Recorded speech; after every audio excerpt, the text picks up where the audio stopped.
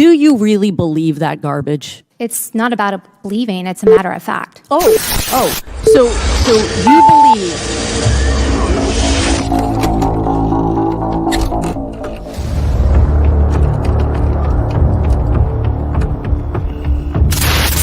Well, nobody else could make a decision but me because I was the president, and the final decision comes to the president. You know, it's easy enough for a Monday morning quarterback to say what the coach should have done after the game's over. But when the decision is up before you, and on my desk I have a motto which says the buck stops here, the decision has to be made. And so, my fellow Americans, ask not what your country can do for you. Ask what you can do for your country.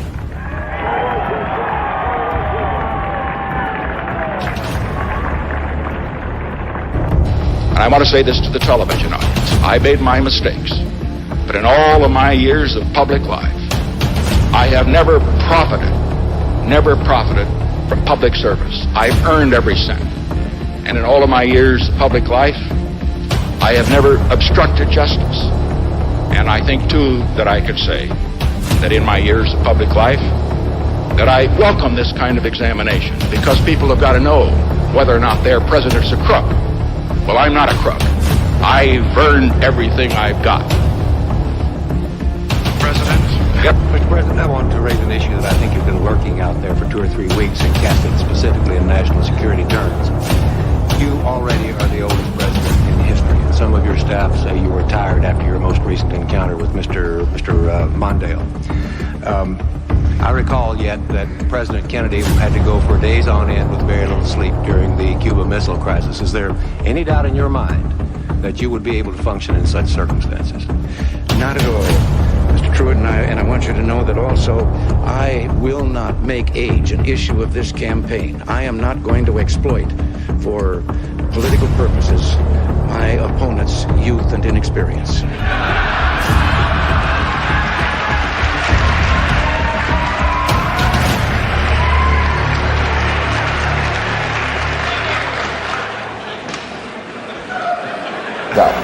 And I'm the one who will not raise taxes. My opponent now says he'll raise them as a last resort or a third resort. But when a politician talks like that, you know that's one resort he'll be checking into. And my opponent won't rule out raising taxes, but I will, and the Congress will push me to raise taxes, and I'll say no. And they'll push, and I'll say no. And they'll push again, and I'll say to them, read my lips. No new taxes.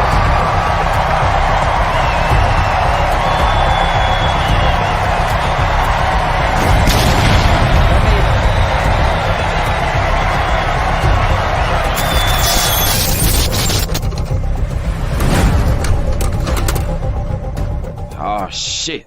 Here we go again. You're full of shit. All right, thank you. No, shush. Shush. For 3 years, we heard it every day, that Joe Biden and Donald Trump were the oldest candidates ever. Republicans made the excuse that Biden was 3 years older, and the media gave it a pass. Their breathless coverage of Biden's age, while ignoring Trump's decline, pretended Trump wasn't slurring his speech. We want a landslide that's confusing people, including Obama. I'll tell you what. Telling weird, wandering stories. By the way, a lot of shark attacks lately. The late, great Hannibal Lecter. He's a wonderful man. Now, there's no excuse. There's only one person in this race now with mental problems. One person with memory problems. One person feeling the icy hand of death from old age creeping closer. One person who knows the clock is running out. And that's old Donald Trump. Weak, impotent, forgetful, mentally declining, fast. He'd be 83 by the end of his term.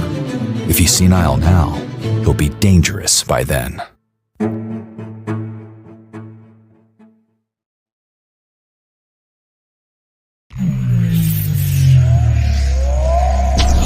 MD20. Hey, Peace. What's going on? What's happening? MD's Thought Box. What's going on, everybody? I hope everybody had a wonderful day. Wonderful day. I hope you was able to spend time with family and friends. I'm going to ask you the last question. Who are you? What you mean, who am I? To whom in which I'm speaking with right now. You gonna turn around and tell that man, Red alert. All hands stand. now you want to play victim. You know what you done. I'm no victim. I ain't no victim at all. Warning. No, I know everything I said. I take. I know you're not no victim. Warning. Nigga babble detected. No, you're not no victim because you done what you done. You used that man's channel to get at me. System overload. We gone. What I'm talking about! That's why he's the MVP! That's why he's the GOAT! The GOAT! But to any event, peace. What's up? Can everybody hear me out there in YouTube land? Can everybody hear me? You know what I'm saying? Because we still gonna get it in. We still gonna get it in for today's topic. We definitely gonna do that. You know what I'm saying? Somebody give me a green light. You know what I'm saying? As you can see, I'm in the thought box. You know what I'm saying? Now, I will say, as always, man, the doors of the church for MD's Thought Box Live is open. MD 20.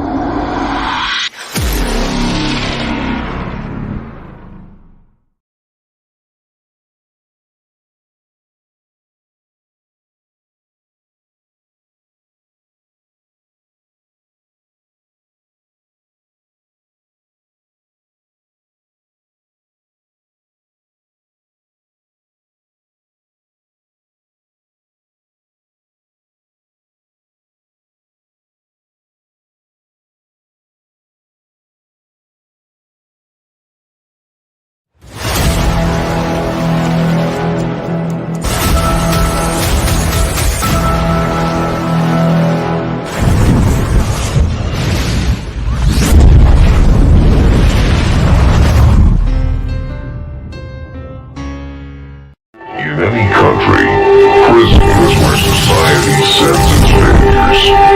But in this country, society itself is failing. I'd like to punch him in the face, I'll tell you. We won the evangelicals. We won with young. We won with old. We won with highly educated. We won with poorly educated. I love the poorly educated. Look at you crazy. Grab him by the pussy.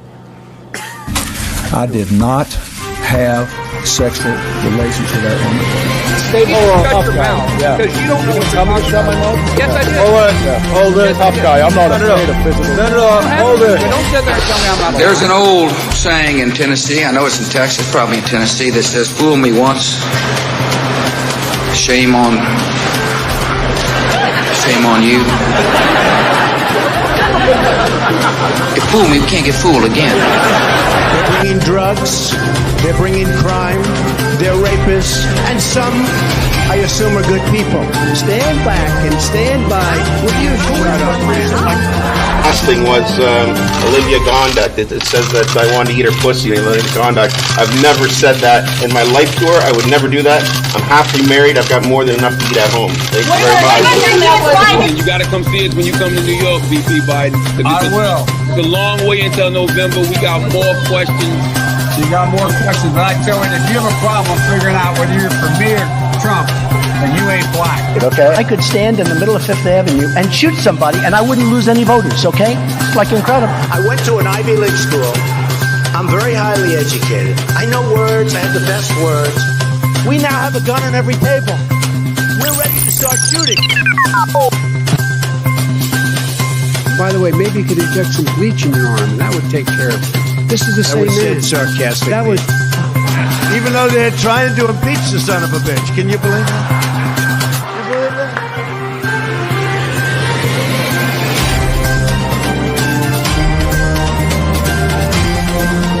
That's enough. Put down the mic. Mr. President, are you worried about indictments coming down in this I'd like to investigation? punch him in the face, I'll tell you. If I may ask Peter, one go other ahead. question, are you worried? That's enough. That's Mr. enough. President, I was going to ask one other. I don't want reality. I'm asking the question, which one is better? That's exactly what it is. Got it on tape. What a stupid son of a bitch. I don't like words that hide the truth. I don't like words that conceal reality. I don't like euphemisms or euphemistic language. And American English is loaded with euphemisms because Americans have a lot of trouble dealing with reality. Americans have trouble facing the truth. So they invent a kind of a soft language to protect themselves from it. And it gets worse with every generation. For some reason, it just keeps getting worse. How stupid are these politicians to allow this to happen?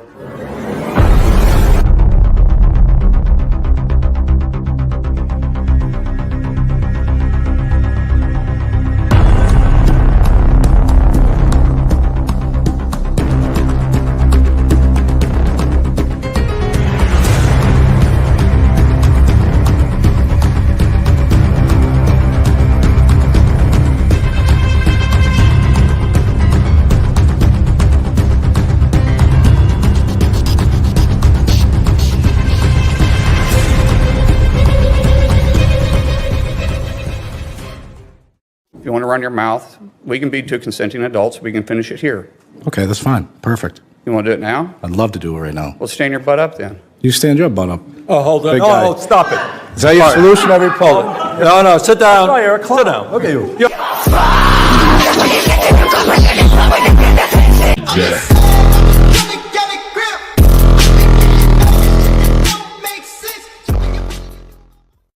You're saying it's a falsehood, and they're giving Sean Spicer, our press secretary, gave alternative facts. Alternative facts. Alternative facts. Alternative facts.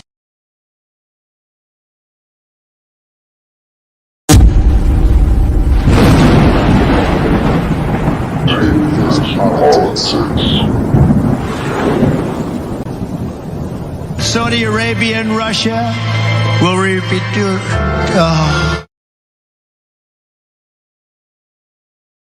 I ain't talking politics, I'm talking life. I ain't talking politics, I'm talking life.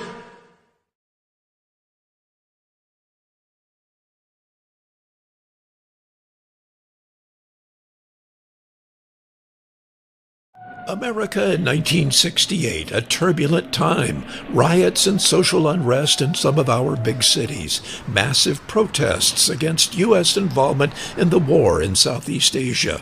Truly a nation divided. It was a presidential election year, and many believed that incumbent President Lyndon Johnson would run again.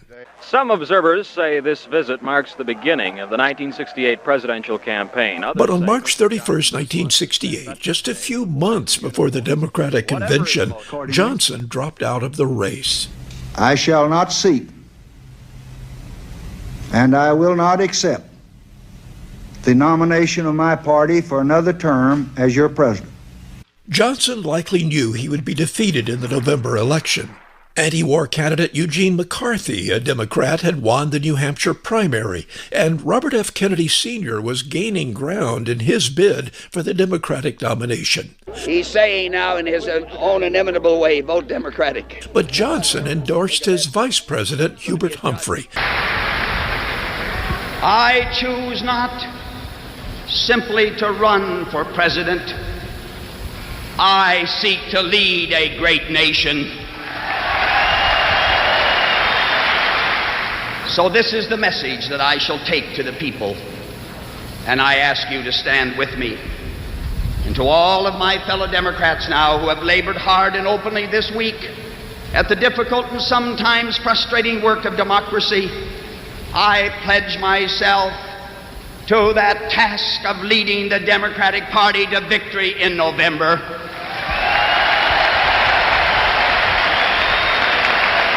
I say to this great convention tonight and to this great nation of ours, I am ready to lead our country.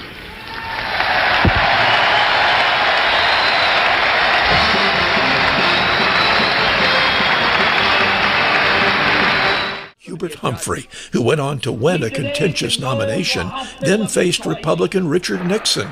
Nixon ran a campaign tying Humphrey to the troubled times. Dissent is a necessary ingredient of change. But in a system of government that provides for peaceful change, there is no cause that justifies resort to violence. So I pledge to you, we shall have order in the United States. On election night 1968, Nixon defeated Humphrey. Nixon has, with Illinois' projection in his favor, 287 electoral votes, and that elects him President of the United States. America's future under challenge right here at home, with our hopes and the world's hopes for peace and the balance every day. I do not believe that I should devote an hour or a day of my time to any personal partisan causes or to any duties other than the awesome duties of this office, the presidency of your country. Accordingly, I shall not seek and I will not accept the nomination of my party for another term as your president. But let men everywhere know, however, that a strong and a confident and a vigilant America stands ready tonight to seek an honorable peace and stands ready tonight to defend an honored cause, whatever the price, whatever the burden, whatever the sacrifice that duty may require. Thank you for listening. Good night, and God bless all of you. My fellow Americans, I'm speaking to you tonight from behind the resolute desk in the Oval Office. In this sacred space, I'm surrounded by portraits of extraordinary American presidents. You know, in recent weeks, it's become clear to me that I need to unite my party in this critical endeavor. I believe my record as president, my leadership in the world, my vision for America's future, all merited a second term. But nothing can come in the way of saving our democracy. That includes personal ambition. So I've decided the best way forward is to pass the torch to a new generation. It's the best way to unite our nation.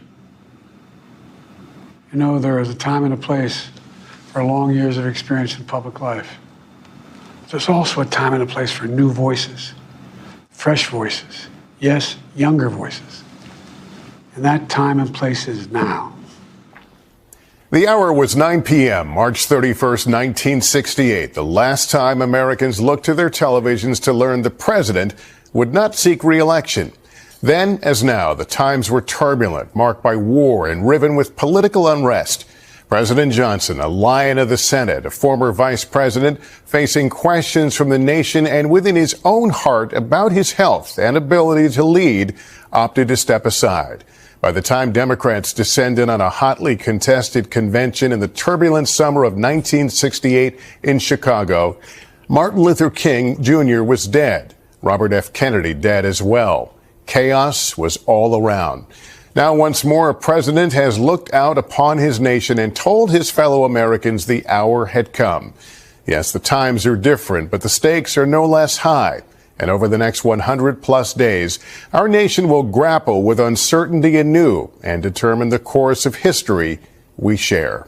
Tested many times this past year. Revolt clawed at Lyndon Johnson early in 1968, an unpopular incumbent targeted by fellow Democrats. Sound familiar? 2024 is very reminiscent of 1968 for a variety of reasons. Historian Mark Updegrove is president and CEO of the LBJ Foundation. We spoke about striking parallels between Presidents Johnson and Biden, and between 1968's America and today's. Mood of the country. Divided, tempestuous, a lot of extreme rhetoric. We had the same thing in 1968, and that we were being shaken to our very foundations. Especially divisive then, Vietnam, America's sons and daughters dying in Southeast Asia. CBS News' Walter Cronkite was a turning point. It seems now more certain than ever that the bloody experience of Vietnam is to end in a stalemate. Johnson believed losing Cronkite and Vietnam meant his re-election was also unwinnable. In March 1968, he quit the race. That decision, like President Biden's to step aside, was more than political. There were health concerns. LBJ truly believed that he might jeopardize the country because his heart might fail. But Democrats have to wonder whether 1968 is also a cautionary tale. In the race to keep the Oval Office, look at what happened once LBJ stepped aside. First, a double tragedy. Memphis today is officially in mourning. Martin Luther King murdered in Memphis. Robert Kennedy. And now it's on to Chicago, and let's win there. Thank you, guys. Gunned down in a Los Angeles hotel kitchen. We can achieve nothing by lawlessness and divisiveness. When Butler, Pennsylvania happened, did you think to yourself, another similarity? Without question. Just as in 1968, you had the feeling that anything could happen next. Like Chicago's 1968 Democratic National Convention. Outside, mayhem. Inside, rancor. But don't push me, take your hands off of me. Divided delegates nominated Hubert Humphrey, LBJ's vice president. Mr. Biden has endorsed his VP, Kamala Harris. I seek to lead a great nation. Humphrey, wounded by chaos, lost in November to Richard Nixon. Which of the parallels resonates most with you? What our democracy looks like today, but we should also remember that we came out of 1968 ultimately a stronger, better nation. A nation again shocked by a sitting president feeling scorned, bowing out.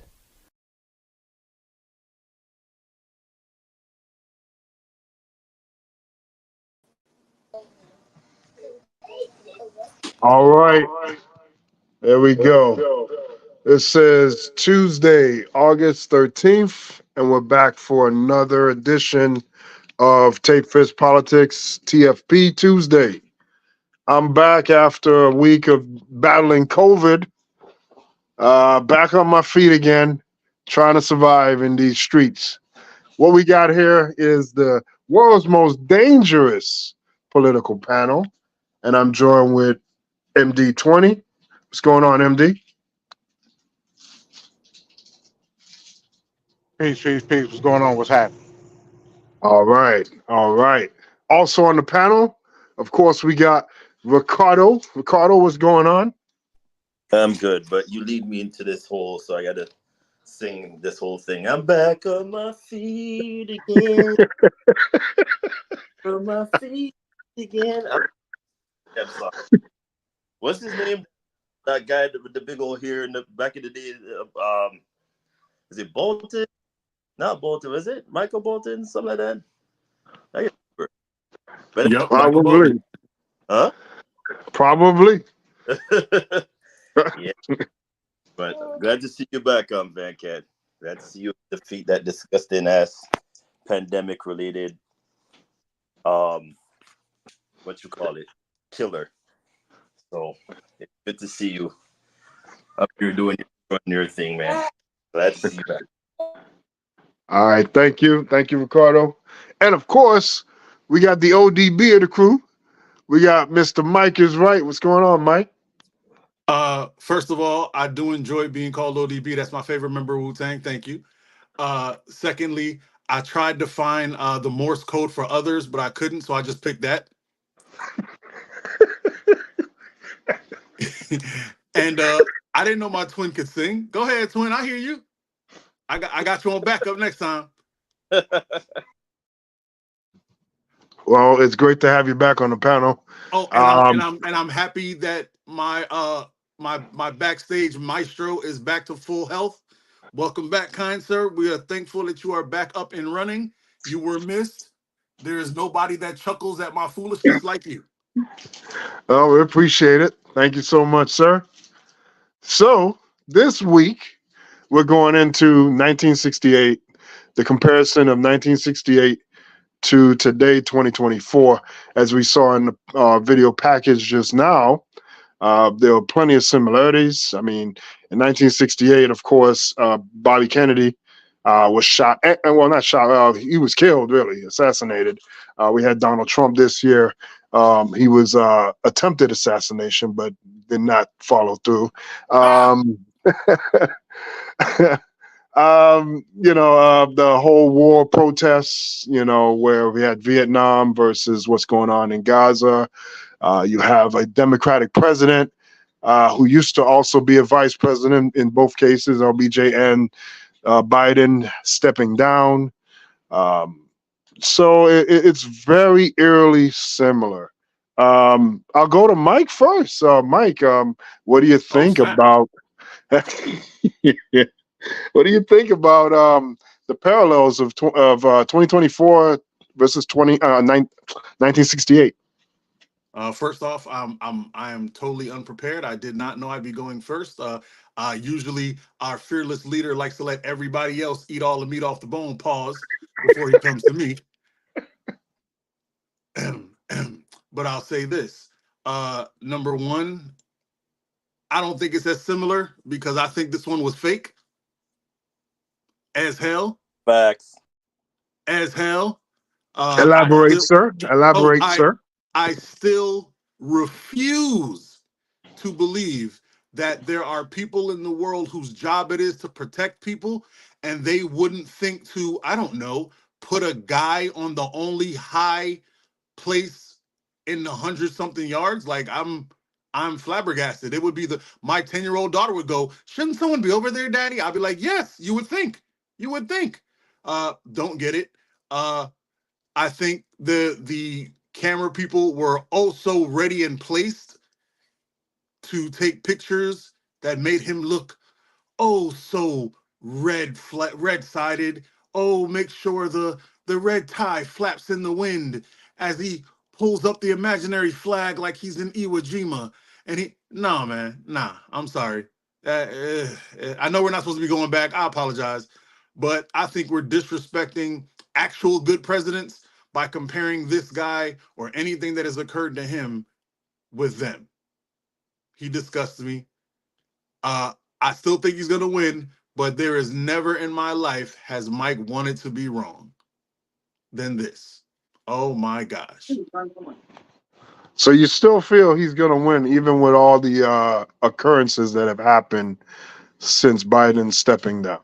See, here's the problem. All the people, and thank you for the follow-up, I appreciate that. All the people that care about policies and care about what people do and morality and things that actually make sense, they're on this show. That's it. It's just us. It's just us. Nobody else cares. The red side, they don't care. What do you say? I could shoot somebody in the middle of the street. Thank you, Bo. What? Thank you, Bo. I done got both brothers. Come on the team, homeboy. That's what I'm talking about. VP and secretary. It makes all the people that care are here listening to us and watching us and on the show. That's it. Everybody else in the world, the red side, the man said he could kill someone in the middle of the street and still win. And then he did everything he could to be as close as that, and he's still winning. He's still doing his thing. I know people are like, oh, look at the polls. I guarantee you everybody on this show has a story about how polls are trash. Everybody, no matter who it is, no matter what you think, polls ain't nothing. Because the majority of people that know they're going to vote for Trump and they're not going to admit they're going to vote for Trump, they be in them polls. They're in them polls. The people that say, I'm an independent, they're not. They know what they're doing. They know who they're voting for. And let me not just leave it to the red side. The blue side, they're just as moronic. Half of them couldn't stand Kamala 2 weeks ago. Now all of a sudden, she this and that. A month ago, nobody took it upon themselves to actually dig deep into her at all. She was a forgotten person. And now all of a sudden, all the things that were said about her that made her denigrated in front of the world, now everybody's doing their research and they're doing their deep digging. Why wasn't this happening before she was a vice presidential candidate? Why wasn't this happening when she was running for vice president? Why didn't it? Because nobody cares.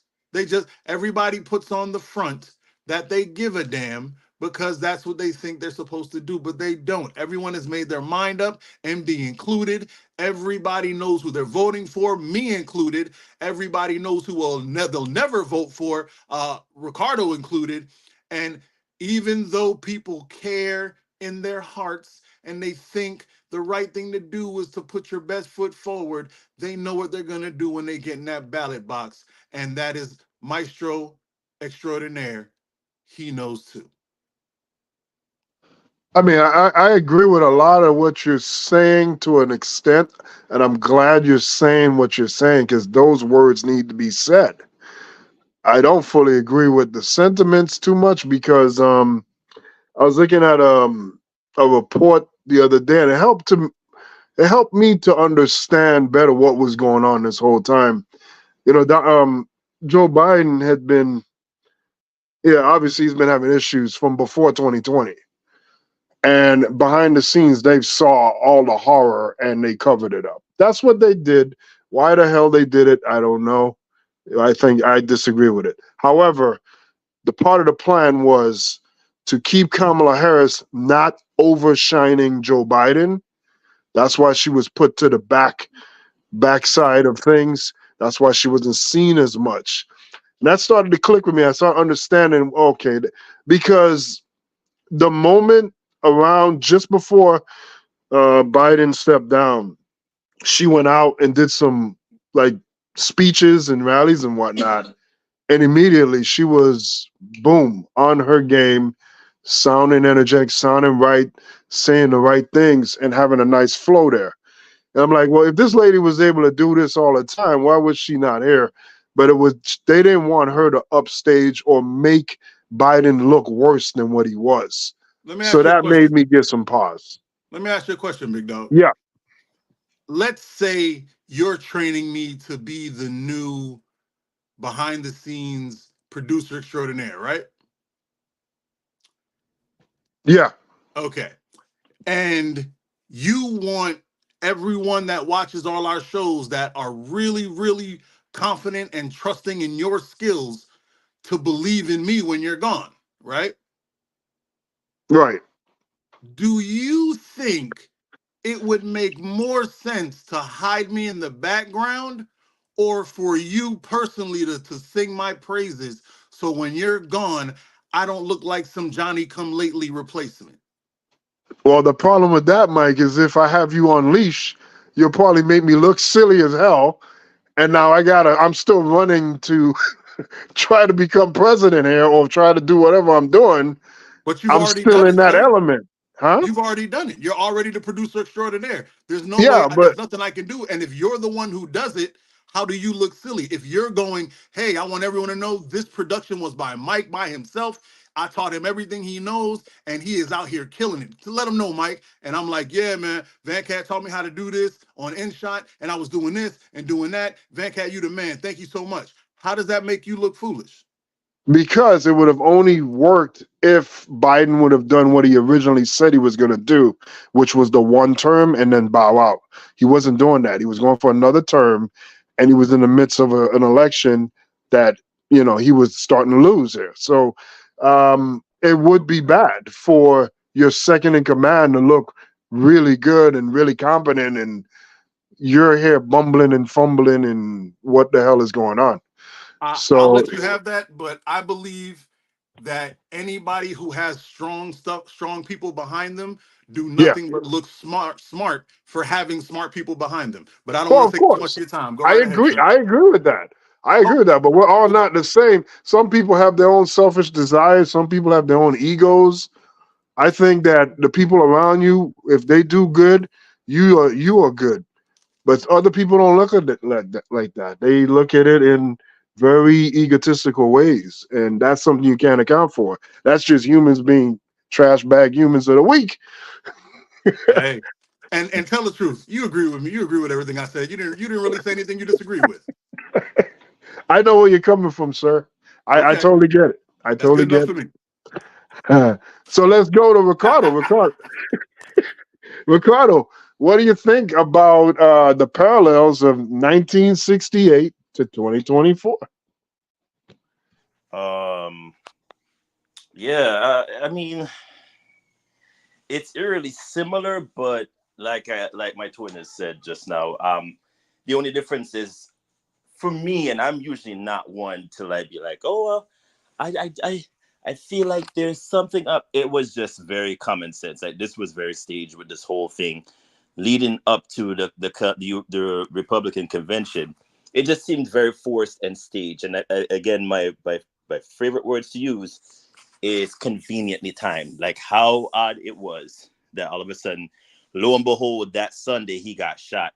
Supposedly, and we're going to say supposedly here because, or allegedly, because even though we see images, he claimed he got shot, but based on the hearings that we were hearing from the CIA and the FBI and all of them, they don't know specifically what it was that was shot at him with, and based on this stupid looking ear pads that he was wearing, look like goddamn ear pads that was so exaggerated.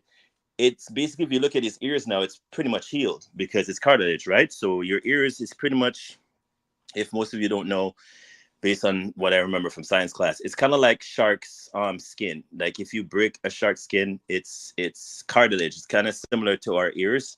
Is how their skin are in terms of similarity. So for him to say he got shot, and if it was really permanently damaged, you wouldn't see a healed over ear so quick. So if we're looking at it, it's about almost 3-4 weeks now. And he said that he claimed that he got shot. But of course, everything that Trump says is exaggerated and basically lies. So call me naive. It's never believable. It just seems so like staged and well put together, and it's like, oh my god, everybody's gonna feel sorry for me, woe is me.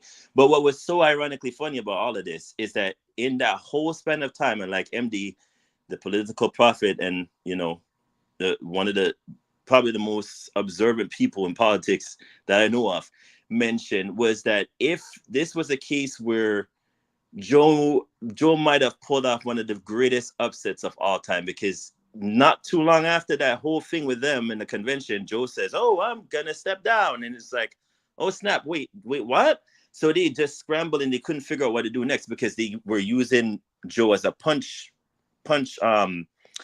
what do you call that thing in Spanish where the piñata? That's basically what they were doing. Oh, Sleepy Joe, Brandon, all this crap.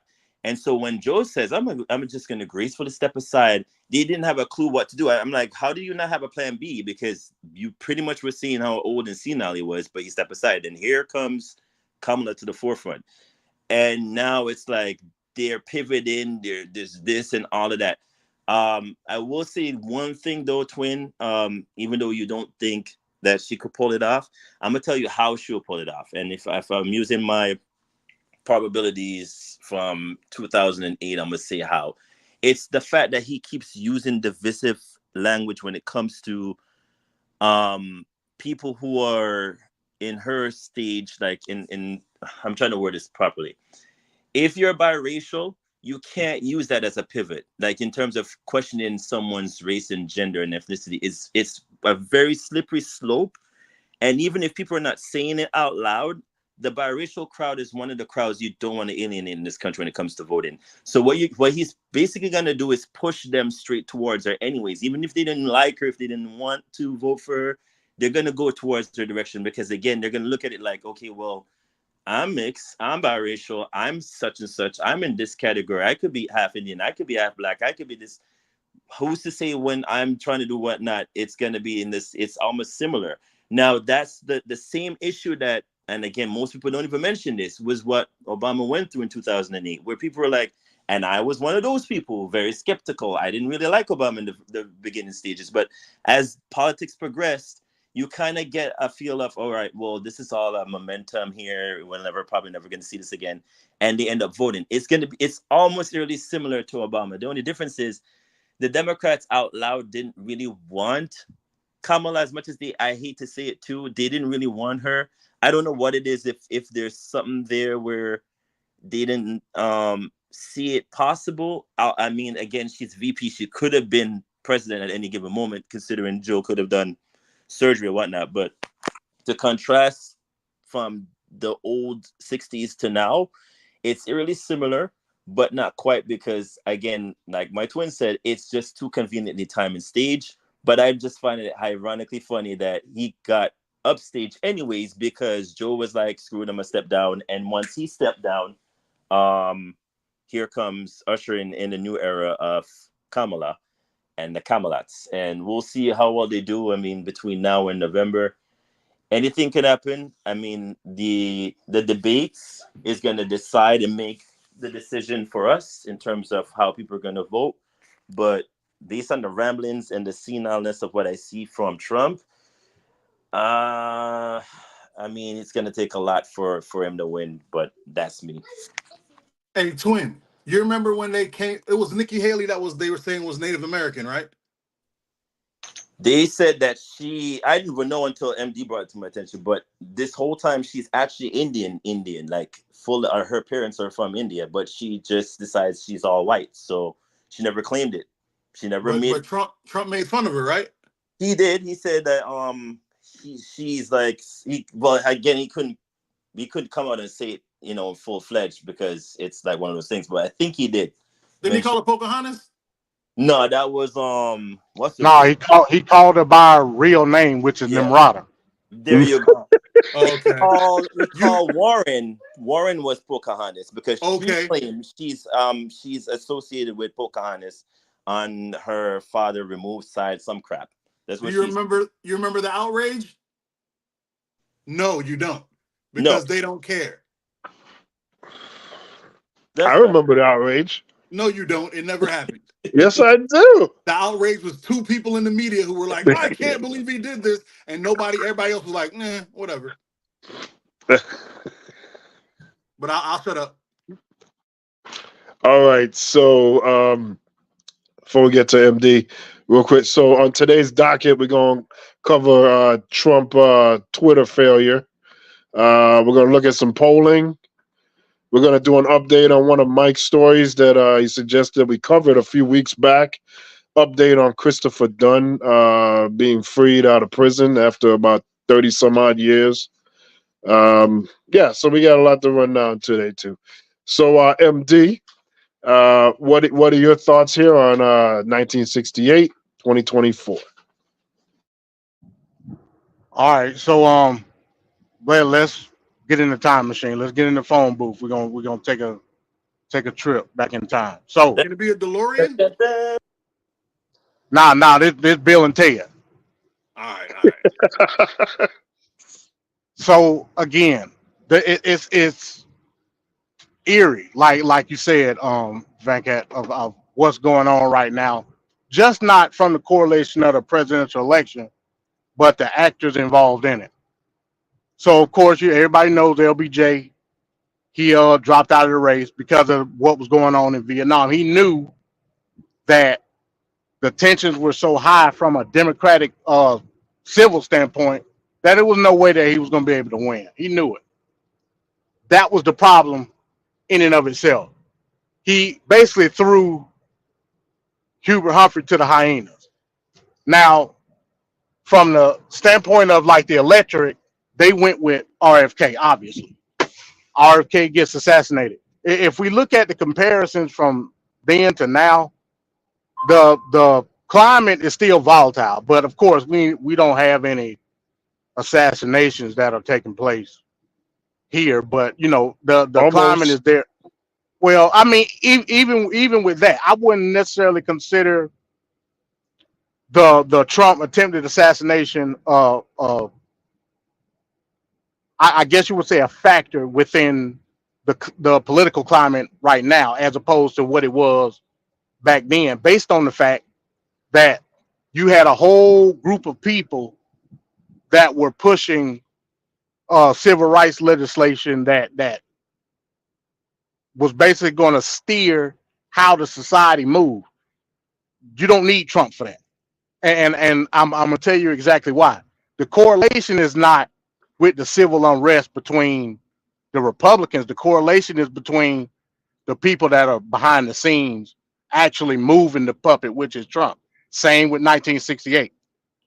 When you had Hubert Humphrey, RFK, and you had Eugene McCarthy, Eugene McCarthy was the staunch anti-Vietnam candidate. Yet he didn't get enough delegates. Why?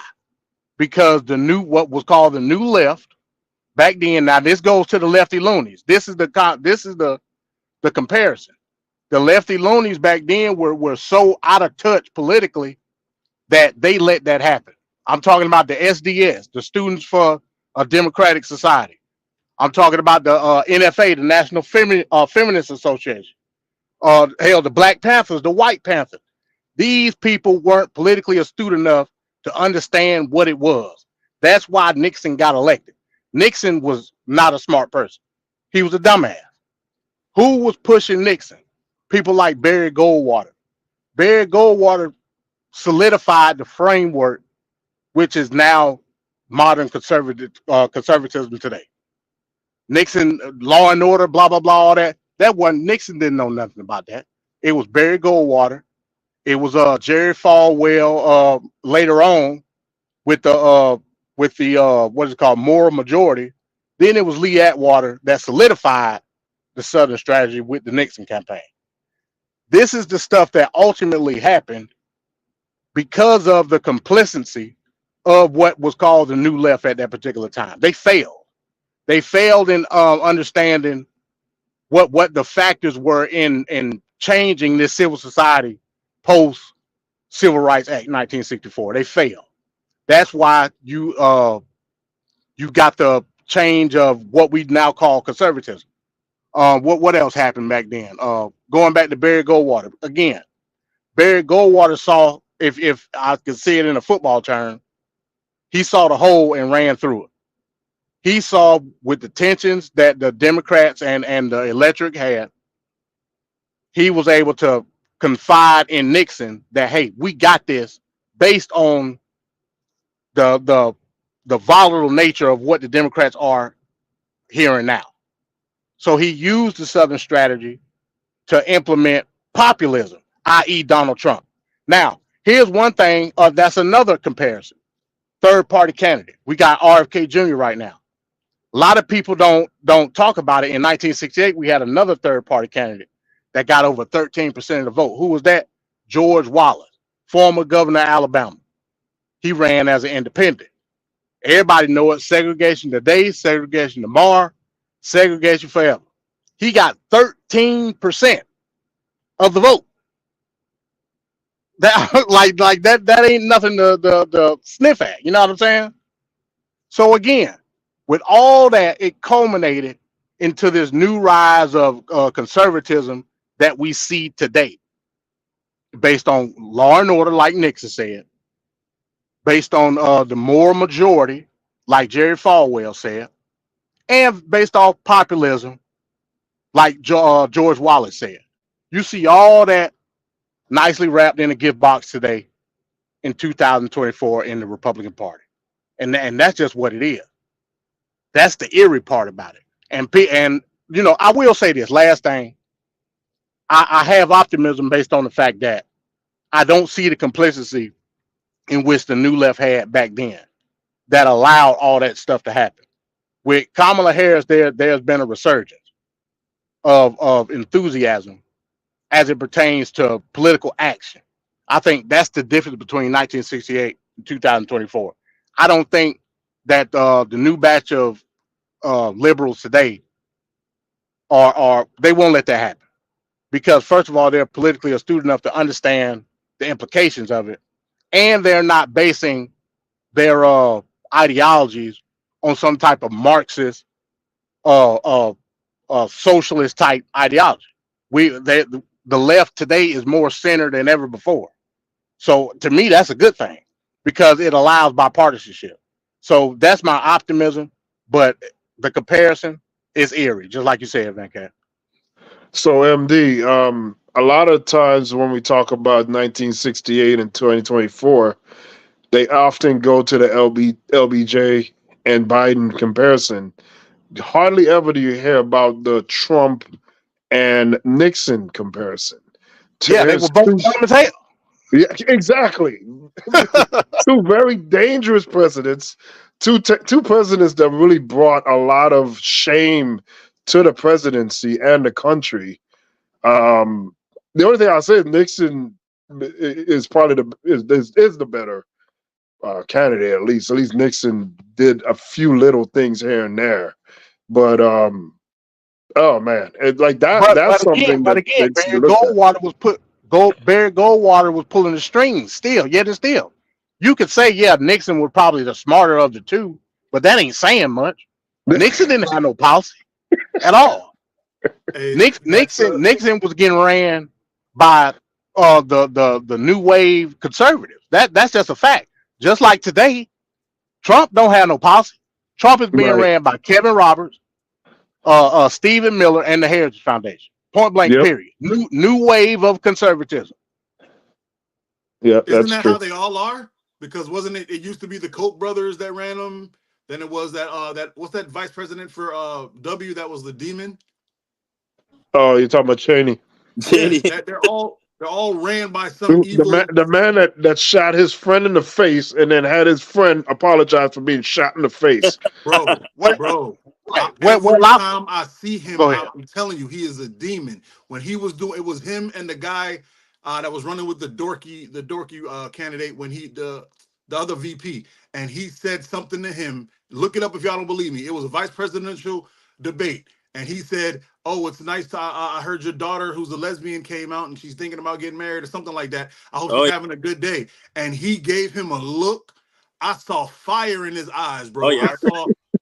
Bro, I've never forgotten it. Every day I saw that, I was like, I want no smoke with that man. It was like when Al Pacino was on the train on Devil's what's that movie called?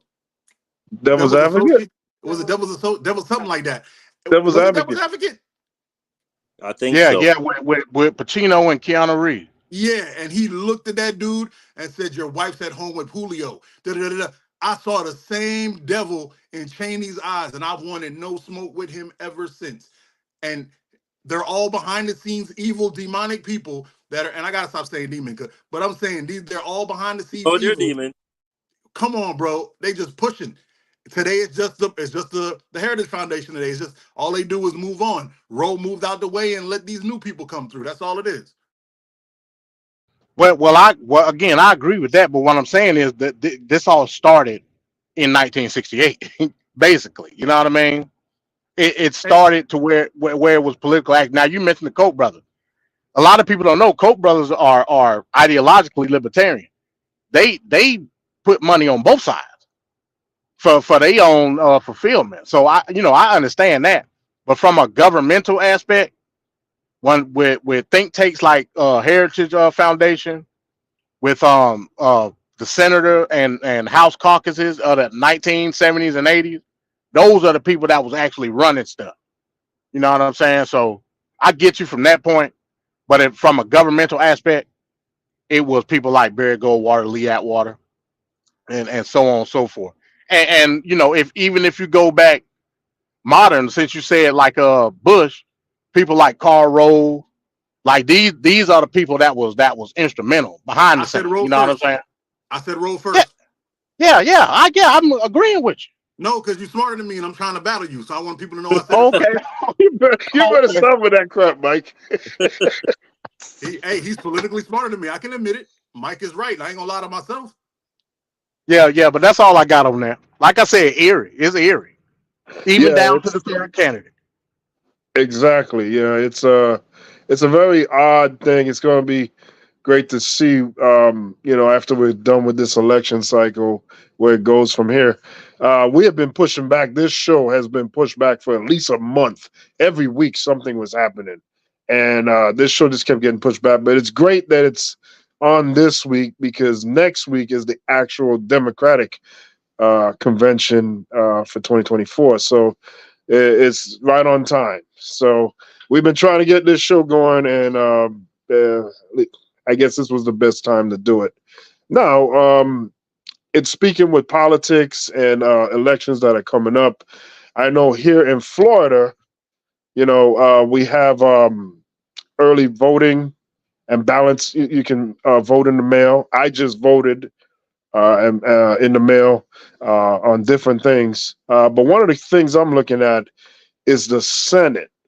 The Senate, for the Democratic primary, there's like 4 candidates trying to vie for the right to represent the Democratic side in Florida to go up against, oh my God, what's Rick Scott.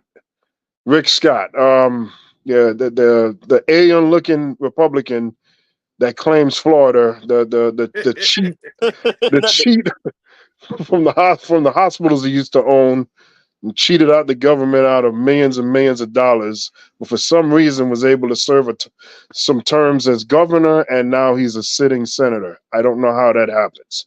So we have 4 candidates in the state of Florida vying to go after Rick Scott this November. I want to show a little news clip or article here, video of the candidates, and then we'll be back with more. Give me 1 second. I'm going to cue that up now. The most closely watched Senate races this fall. 4 Democrats are running to unseat the incumbent Republican Rick Scott, and one former Congresswoman is currently having the edge there. Local 10's Glenna Milberg has more on the primary races. She's live for us right now in Pinecrest. Glenna? And that would be Debbie Mucarsel Powell, Democrat, who is this week launching a Spanish language radio blitz against Rick Scott, even though technically she is not yet the Democratic candidate in that race. She's got a primary. She was headed to a phone banking today, and we caught up with her as she headed out. I'm an immigrant, a Latina, a mother.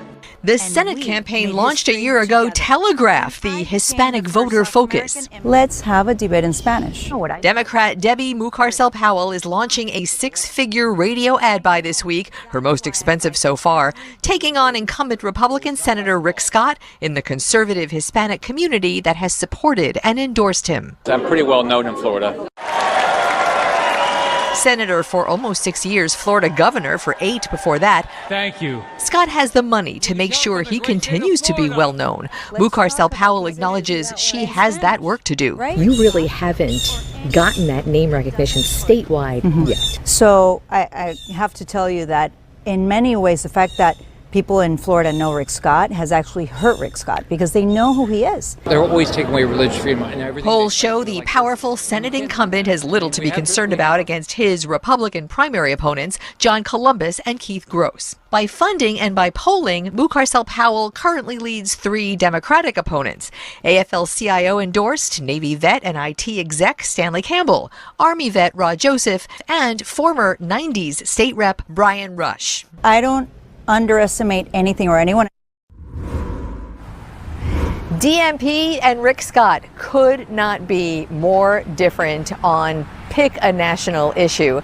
The two of them, though, if they should both be in this race together, will be focusing their messages about all of that very heavily on a Hispanic voter audience. I'm Glenna Milberg, live in Pinecrest today, Local 10 News. Always interesting. Thank you so much, Glenna. All right, so there it is. So you see on the screen that they had 4 candidates, and Debbie Powell, she ultimately is the one I voted for. I sent my ballot off in the mail last week, and next week, Tuesday, the August 20th. That's when that primary will go down, and that's the last day you have to vote. So I just wanted to bring some attention to this. Now, just to understand who some of these candidates are that are vying to run against Rick Scott, here's Debbie Powell's campaign video here. Take a look. Rick Scott. Rick Scott. He'd strip away women's rights with a national abortion ban. He cuts taxes for himself, but he'd raise them on you. He wrote the plan that could take away the Social Security and Medicare you worked and paid for. And he's gotten tens of millions of dollars richer, while so-called serving the people. But our costs for prescriptions, health insurance, homeowners insurance have all gone up. But what do we expect from the CEO of a company that made a fortune robbing Medicare? Ya no más. I'm ready to do something about it. I'm an immigrant, a Latina, a mother, and we made history together when I became the first South American immigrant ever elected to Congress. I've already fought guys like Rick Scott and beat them. I wrote the bill to expand Medicare, not take it away, because I know my mom and so many others depend on it. I lost my own father to gun violence. That's why I fight every day to keep our children and our community safe. And I'm not afraid to take on Rick Scott or anyone that doesn't put Florida first. I worked for minimum wage in a donut shop, so I know how great this country is and how great it can be. And that's why I won't sit here and do nothing while Rick Scott gets rich, abusing our government, taking our rights, raising our costs, and destroying what makes it great. The ability for any one of us, no matter where we come from, even a minimum wage earning South American immigrant, to reach our dreams if we work for them. My name is Debbie Mucarcel Powell. They call me DMP, which stands for Don't Mess with My People. And that means you, Rick Scott. That's why I'm running for Senate.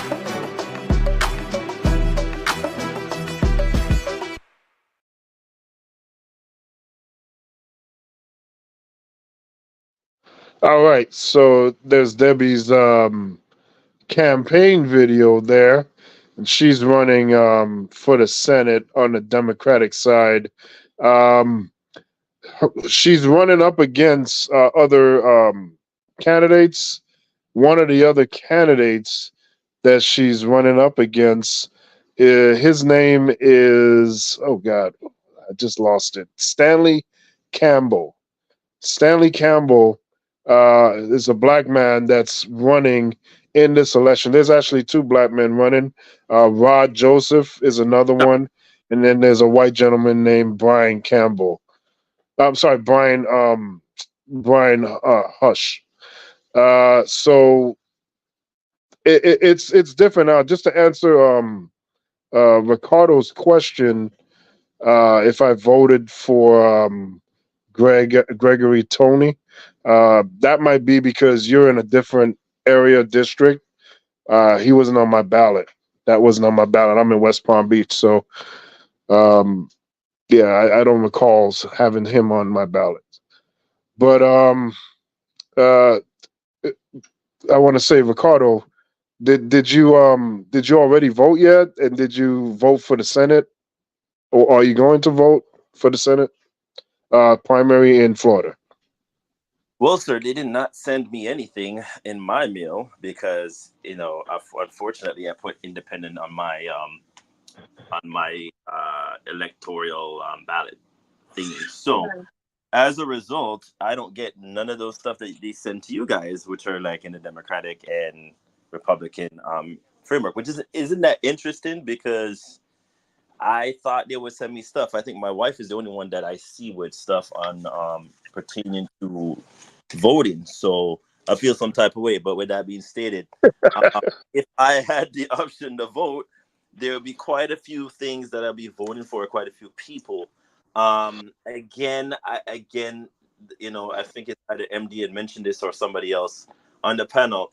It seems to me that the Democratic Party has a hard push. And then again, it wouldn't surprise me because Broward County is probably, if not the largest sector in terms of the Democrats voting in election here in South Florida. You would think it would be Miami-Dade, but I think Miami-Dade is more Republican red-led because of on account of there's quite a few things that the Republicans are able to accomplish in Dade. But I think because you are in West Palm Beach more, you wouldn't have been able to. But if you're not familiar with Gregory Tony, for all you out there, he was selected by our governor, DeSantis, in the time when he was coming in, and all of a sudden there's an issue with him, being that I guess he lied on his application form or something along the lines where he wasn't lying, but he wasn't really truthful either. So he kind of was stuck in the middle somewhere. So now they're trying to oust him out of his position. But the thing that killed me is that he's been doing a superb job here in Broward County. When they had that shooting, he was the one that jumped into the fray of things and was able to get things done. But they still don't want him in power, so, it's one of them things. But if I had a choice to vote, I think I would have been able to vote for him. I don't see an issue with him. But then again, if you lied, I mean, fair is fair. You shouldn't really be in your position. But blame DeSantis for that. Think about it this way, Venkat. Had you had the choice between choosing between DeSantis and Gillum, would you have chose Gillum? Considering the facts. I would have chose Gillum. You would have? I voted for him. No. The minute I voted for him. There's no way I'm voting for this dude. It just seems so, and this is the same issue I faced with Kamala. It's like they're forcing this. It's like, oh, he's black, so you gotta vote for him. Oh, he went to a HBCU. And I'm like, there's something about this guy I just can't put my finger on. Lo and behold, after the fact, we found out all these stories about him. And I was like, thank God he was not chosen as governor of Florida, because this would have been an embarrassment not only for the Democratic Party, but to our community as well, because this is not what we need right now. But I digress. But thank God we dodged that. But no, Venkat, knew I would not have. I still don't regret. I still don't regret that. Because you got to detach certain things, like when you go back to Bill Clinton, so Bill Clinton is his extracurricular activities behind the scenes that much more than what he does in his actual job. And can we separate those? Because for some reason, Trump supporters don't have any problems with any of the horrendously bad things that he's done. So I can execute that same diligent behavior when it comes to it. So I wouldn't care. He could be going off with chimpanzees for all I care. I don't even give a damn. The difference, though, Venkat, what burns me the most with Gillum was the fact that you were married. You have a beautiful wife, by the way, scorching hot. Like, you've ever seen this? Yeah, scorching hot. Yeah. That you couldn't see a quintessential more well done family, like black family, that is. And you have two good kids, two boys at that. And you find yourself in a hotel room doing coke and have some dude ramming up all sorts of stuff up in you. No, dude, it's it is disappointing. Don't get me wrong. It is disappointing. And if you knew that was the type of thing that you're into and whatnot, by all means, you should not have run. Again, it's like I always put this out there because I'm a Heat, and I will say it too, other than Trevor saying that out loud. But it's like I equate it to you being a pastor saying, "Oh, I'm holier than thou," but yet you're in a strip club with big booty ass flashing in front of you and go, "Yeah, I'm gonna throw the $1 bill at you, girl." No, dude, it's like it doesn't make sense. So and then on top of that, there were rumblings from before the election even went into play here that he had kind of like Vance, where I'm still on the fence with Vance. Vance seems to me like he's hella gay, but that's just me, because there's so much pictures coming left, right, and center with him dressing in drag and him in draws and him doing some absurd things that which grown-ass man will do such a thing and then be like, oh, all of a sudden, oh, now I'm a devout politician and I preach holier that. Go sit your ass down somewhere. Like that, it doesn't make sense. To me, it doesn't equate. But that's how I felt about Gillum. It's like he just seemed too sweet. You notice how the MAGA crowd isn't like totally repulsed by that. Like, they're repulsed by drag queens, they're repulsed by gay people, they're repulsed by all those things. Here are all these pictures and weird situations coming out about Vance. They're not talking about that. They're talking about other things that Vance did that was bad, but they go around that other stuff. That's what I'm saying. Like, they have like selective attention spans when it comes to some of this stuff with the Republicans here, man. Yes, I'm just not. I'm not as hard or as into that outside, like that personal stuff. I'm not really into that too much. Like I'm into like what the policies are that they're doing. And Gilliam, he's on a podcast. He looked like he's doing good. He's that one skill he does have. He talks really well. A good And he explains his policies really well too. So, but I hear where you're coming from, though. I do hear it. Yeah, to me, it was a bigger disappointment of hearing what transpired after the fact, and the fact that he tried to like play it off like, "Oh no, I didn't know how I ended up in this hotel room with my friends." And somehow I bent over and something went up. Like, no, dude, what are you doing? Like this, how do you end up in the South and you live in Florida? That makes no damn sense. You obviously knew what you were doing, and you ended up in South Beach in a hotel room with a bunch of dudes that you knew from God knows how long, and then you want to play it off like, oh, I had no idea during the headlights. They just found me here butt naked on the floor and something came out. Oh yeah, the video is all that bad. It really is a bad scene. I'm not gonna lie. I'm not trying to put no. That video is horrible. To see that is just embarrassing like hell. But I digress. But I'm just saying that for our community, because if that had been where he was already in the chair in Tallahassee, I think the Republicans would have had a field day, and we would never have been able to elect a Democrat again as a governor in this state. But I digress. Thank you, Lord, for dodging that bullet for us in our community. That is. Yeah, I gotta agree with Maria G and Mike here about the fire marshal bill with Rick Scott. That's right on point right there. He really does look like a fire marshal bill. That's ridiculous. MD, what in your local elections? Is anyone running, or is there a primary running for on the Republican side or the Democratic side for Senate? No, we ain't got no. In my district, we don't have a primary because his is not up, and of course with Warnock and the other guy, they seats ain't up, so it's all local stuff, and that was like last month when we did our primary. You guys already did it? Yeah, we did it in July. Oh wow. Yeah, so it's no federal seats that's up, at least in my district, and of course the Senate, their seats are not up yet. But in terms of your candidate, it ain't happening, bro. I'm just letting you know now. I know. It ain't happening. Florida is a weird state. The money is not there. So and the concentration of Democrats ain't there either. Now, for whatever reason, like I said, Florida is weird like that. It's no. Well, you educate me. What district that you know of in the whole state of Florida that's majority black, if any? They didn't draw the maps like that. Republicans ain't gonna draw it like that. Yeah, I mean, well, they probably didn't intend to do like that in Georgia either. Yet, it's still there.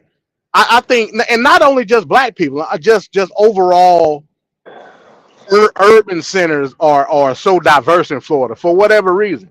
Like you go to Miami and it's not a full concentration. I'm just using Miami as an example. It's not a total concentration of liberal thinking in a lot of urban places in Florida. That's why it's always going to be red until you can get the population centers up. In terms of, it comes with a cost. I ain't saying that it don't. Mm-hmm. But I think with Florida, until you can get the population centers up to the point where those demographics matter, it's always going to be red, especially in federal election. I mean, local, you can get Democrats in, but federally, it ain't going to happen. It just ain't. Based on the fact that the demographics are not there in population centers. Like, for instance, like in Georgia, you can't touch Atlanta Metro. You just can't do it. I don't care how hard you try. It's not happening. It's always going to be a bright bright blue sun in the sky, surrounded by fields of red. That's how it's going to be that. Yet that bright blue sun is going to shine over the whole state. Why? Because the population center is so Exactly. concentrated. It's so concentrated that those numbers in the cities gonna outtake the rural areas every time. You know what I'm saying? And Yep. now it's getting even like better in terms of how it used to be. The numbers just weren't there. If I can correlate it back to what we was talking about with the 1968 election, the numbers just weren't there. You know what I'm saying? Even in the 1968 election, Nixon barely won the popular vote. Barely. You know what I'm saying? Mm-hmm. So if you look at it from an electoral standpoint, got to get the numbers up in places where it matters.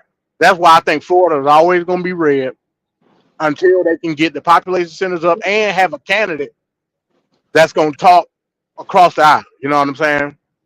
So I don't want to burst your bubble, Van Cat, but it ain't gonna No, happen. I'm realistic about it. I understand where you're coming from, and it's right what you're saying. But that don't mean I don't try. I'm still going to vote for her. I still voted for her, so and the next time I'm going to do whatever the hell I got to do. I can't stand Rick Scott. I just don't understand how someone like Rick Scott could even get that. Right. It's just crazy. Like in my district, Andrew Clyde is my house rep, right? Extreme MAGA maniac. Right next to where you can say everything else is pretty much Democrat. You got Lucy McBath right next to it. Like, how is that possible? Yeah. Same, you got similar rural areas in Lucy McBath's district. Yet it's Democrat. Why? Because the Atlanta Metro is just that overwhelming. Like where I live is just barely outside the Atlanta Metro. Mm-hmm. Yet you got a MAGA maniac in my district, North Gwinnett, up in the mountains. You go the further south you go into the city, the more deep blue it gets. I grew up as John Lewis was my house rep for damn near all my life. You know what I'm saying? Yeah. So that's just what it is. It's all about the numbers that you can pull and the concentration of the numbers in certain areas. Yeah. Did your governor say that he's not? Did he upset Trump recently by saying he wasn't gonna? They want Kemp head. They want his head. Yeah. They want his head. He wasn't gonna verify whatever he claimed. Trump claims was gonna be whatever the election results for never something along that lines. I don't remember what they said, but He's Mike Pence and Kemp, man. That's what he's doing. He Mike Pence and Kemp to death, forcing him to do things he's not supposed to be doing or that he can't do. Yeah, and you can say in a way, not by much, but in a way, he's relenting to the pressure because we got this whole stuff going on now with Raffensperger, with this whole election scheme thingamajigger that's starting up now. He's got a website up, and I'm gonna do a take on this on Thursday. It's a site up in Georgia right now where you can literally go, as long as you got somebody information, their social security number, address, whatever, that you can literally delete their registration off record. Literally. Yeah. That's crazy. Yeah, it's crazy. Yeah, it's so crazy. I saw a report on that. Yes. Why is it doesn't take much at all. Just a suspicion. Why is Bad Built Bleach Blonde quiet? Where is she at? Because she got cussed out on that floor. Is she hiding? What is the question here regarding Bad Built Bleach Blonde body? I don't know where she was at. She was in the space last night. She was in the Trump space last night. I know that. I saw her on there. She was hella quiet, and might I add, last night was a hella disaster for him. I mean, he's going on. We're gonna get into. We'll get into that. We'll get into that. He's getting really senile to me. Like, I'm sorry, but you were making fun of Joe. You come across Trump as very old, senile, like you sounding like you all over the place, and it's drill, and a whole bunch of crap that we heard this is not gonna work for him. I keep saying it and nobody's listening to me. It's becoming very tiresome to hear him say the same it's almost like it's a loop for me. Like, is there nothing else you could speak of other than to get me excited to vote for you? It's a wrap. I can't. And then Vance is not helping. Every other day I'm seeing these pictures of him doing drag or doing some kind of crap that don't make no sense. But then he's gonna preach to us saying, "Oh, what's his name that is running with Kamala is a pedophile." Out of your head, dude, because it doesn't make sense to me. Is this the best talking points they could come up with? Come on, man, do better. We got to do better. Like, none of them are doing anything of excitement for me on that side, but I digress. I know. So Mike, have you gotten any information in the mail or anything about any local elections coming up? No, I just got my registration. I mean, my registration card, and we're voting on the 20th. That's all I know. Oh, okay. We got our primary on the 20th. Yeah. Yeah, I can't wait to see how it's going to come out. But like MD said, as far as that Senate race, it might be a large order for anything to change there. That really sucks. All right, so Ricardo alluded to it, so let's go into that now. The Trump Twitter fiasco, X or whatever they want to call it. I call it Twitter. Let's take a look at that from yesterday. We'll be back. Elon Musk seems to have just begun to start his live stream with the former president. There's been a delay, and Musk just took to his own network with an explanation. Quoting from his post, there appears to be a massive DDoS attack on X, working on shutting it down. DDoS stands for Distributed Denial of Service. He went on to say, worst case, we will proceed with a smaller number of live listeners and post the conversation later. Now, this is reminiscent of the glitches on Florida Governor Ron DeSantis' own live stream with Musk to launch his failed presidential campaign. So they just keep crashing, huh? Yeah, I think we've got just a massive number of people online, so it's servers are straining somewhat. All right, sorry about that. We've got so many people here that I think we are kind of melting the servers, which is a good sign. This space is not available. 5 words and a failure tonight for a much anticipated conversation between Elon Musk and Donald Trump. That X event that everyone was supposed to watch, well, it broke the internet, and not in the Beyonce kind of way. If you are trying to click over to watch that Trump-Musk talk, which I believe is still ongoing, for most of the time you couldn't do it for about 40 minutes. And when the interview finally did get underway, Trump went into his normal stump speech, including more Kamala Harris insults. They're doing it right now while this third-rate phony candidate. Don't forget, I beat Biden. He failed in the debate miserably. We cannot have a Democrat. We cannot have her. She's incompetent. She's as bad as Biden. Well, Trump is back on Twitter. The former president posting this, quote, "Are you better off now than you were when I was president? Our economy's shattered. Our border has been erased. We're a nation in decline. Make the American dream affordable again. Make America safe again. Make America great again." It was his first post since his infamous mugshot. So why post on X now? Well, maybe it has something to do with his big conversation with Elon Musk tonight, which was supposed to start at the top of this hour. But there were major tech issues with users reporting that they could not get into the X Spaces page. Musk says that they suffered a massive cyber attack meant to overwhelm the site's servers. Apologies for the late start. We unfortunately had a massive distributed denial of service attack against our servers. As this massive attack illustrates, there's a lot of opposition to people just hearing what President Trump has to say. Joining us now, CNN Kristen Holmes, covering the former president. So what's the campaign saying about all this? Well, this thing was supposed to start like at the top of the hour, wasn't it?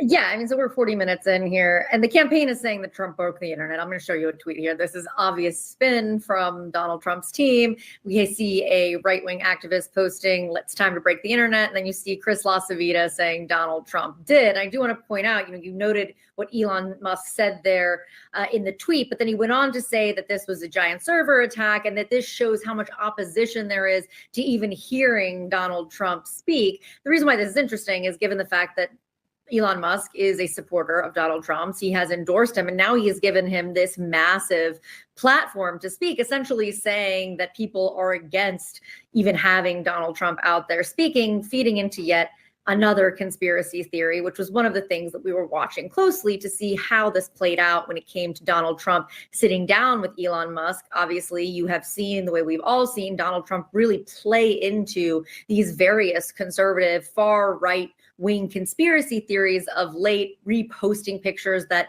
he says that the crowds at Harris's event were AI generated, that there's really not those kind of crowds. That was something we were watching closely to see. And it seems like even we're starting off here, Elon Musk saying that part of this attack is because there's so much opposition to even hearing Donald Trump speak. How was the Trump team framing this conversation with Musk earlier today?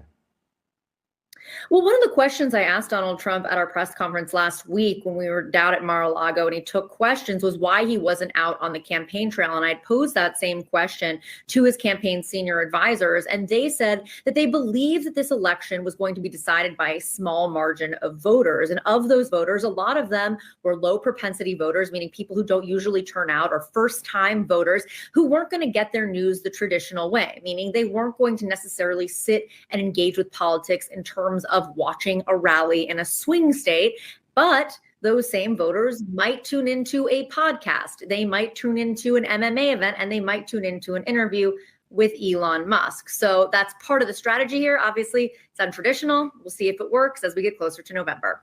Can we expect from this enormously hyped conversation between the world's richest man and the former president? Because Elon Musk has come out and endorsed Donald Trump, I expect this to be like a bromance type of an interview where they're supporting each other.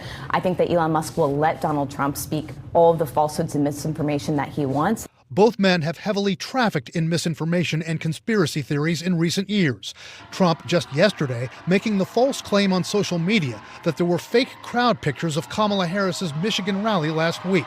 Musk has similarly repeatedly embraced false conspiracies, spread misinformation, and one of his first acts since buying Twitter in 2022 was to reinstate Trump's account, which was banned after January 6th for the risk of further inciting violence.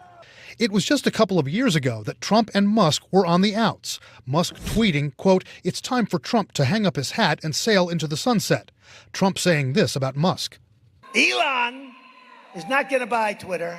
Nah, he's got himself a mess. You know, he said the other day, "Oh, I've never voted for a Republican." I said, "I didn't know that. He told me he voted for me." So he's another artist, but he's not going to be buying it. But just after the assassination attempt against Trump, Musk endorsed the former president, and Trump now has a different tune. I respect Elon a lot. He respects me. And Musk is backing up his endorsement with cash, though the figures have been in dispute. Elon Musk has started a super PAC for Donald Trump. The figures have been thrown out. He's refuted a figure of $45 million a month that he's thrown out. But if you think about, let's go back to the economy. We have to bring energy prices down. Energy started it. The price of gasoline. Now, your cars don't require too much gasoline, so, you know, you have a good, and you do make a great product, I have to say. I have to be honest with you. That doesn't mean everybody should have an electric car, but these are minor details. But your product is incredible. This is Elon Musk when Trump compliments him. He's got his feet in the air, all excited. Of the AI, and I have to say that AI, and this is shocking to me, but AI requires twice the energy that the country already produces for everything.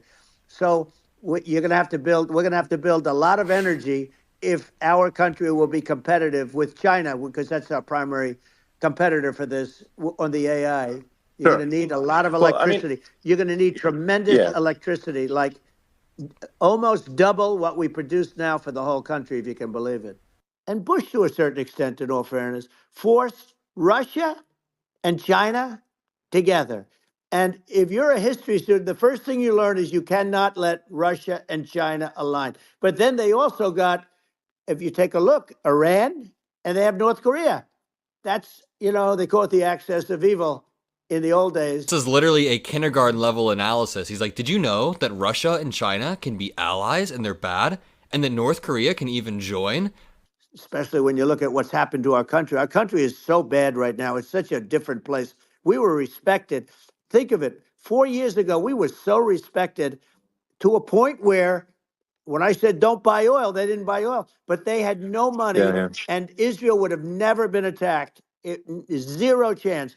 And again, I said to Vladimir Putin, I said, don't do it.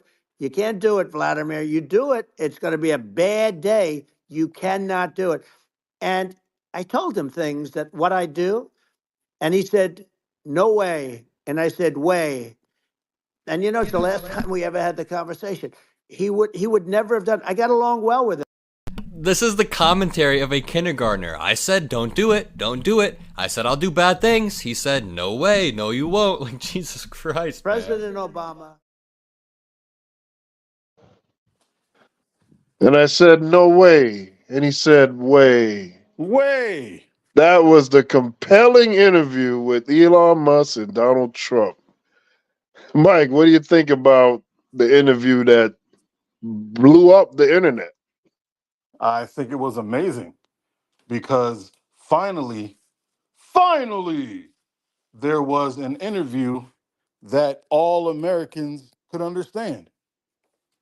Because Americans are idiots and they go to idiotic lengths to pick who they want. This interview was like me explaining calculus to my 10-year-old. No, I can't even say that because she would have got a couple of things off rip just from being a human being. This is what happens when a person who has no intelligence is allowed to get the microphone and no one takes it away. This is what happens when you know how on another show that I'm not going to talk about because we're talking about this show right now, when I always say the problem with women is that there's always someone that supports the BS that they say. That's what's happening. There's always someone to say, hey, I know it's a lie, but it's an alternative fact. Hey, I know it's childish, but he kind of makes sense, right? Or here's the best one. Hey, he always says it how he thinks it. Yeah, because he doesn't think highly. There's no high intelligence there. He is a moron.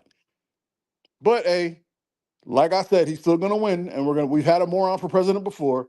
It'll happen again. All right, Mike.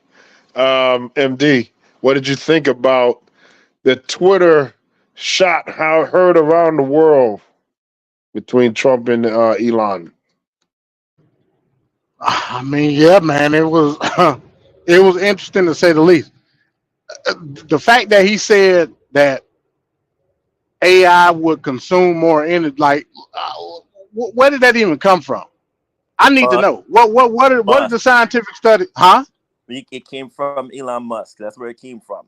Because he was feeding him that kind of information, which I'm surprised he even knew that it consumed that much energy. You damn right. Again, I never saw a billionaire get bought before. That was amazing. but again, that make it even worse because Elon Musk's supposed to be this scientific guy. You know what I'm saying? So you remember what I said earlier? Idiots have smart people behind them. I know he comes off as super duper intelligent, but just like what's his name had Steve Ballmer behind him, you keep smart guys behind you, you'll never look bad. Bill Gates? Well, yeah, you're right.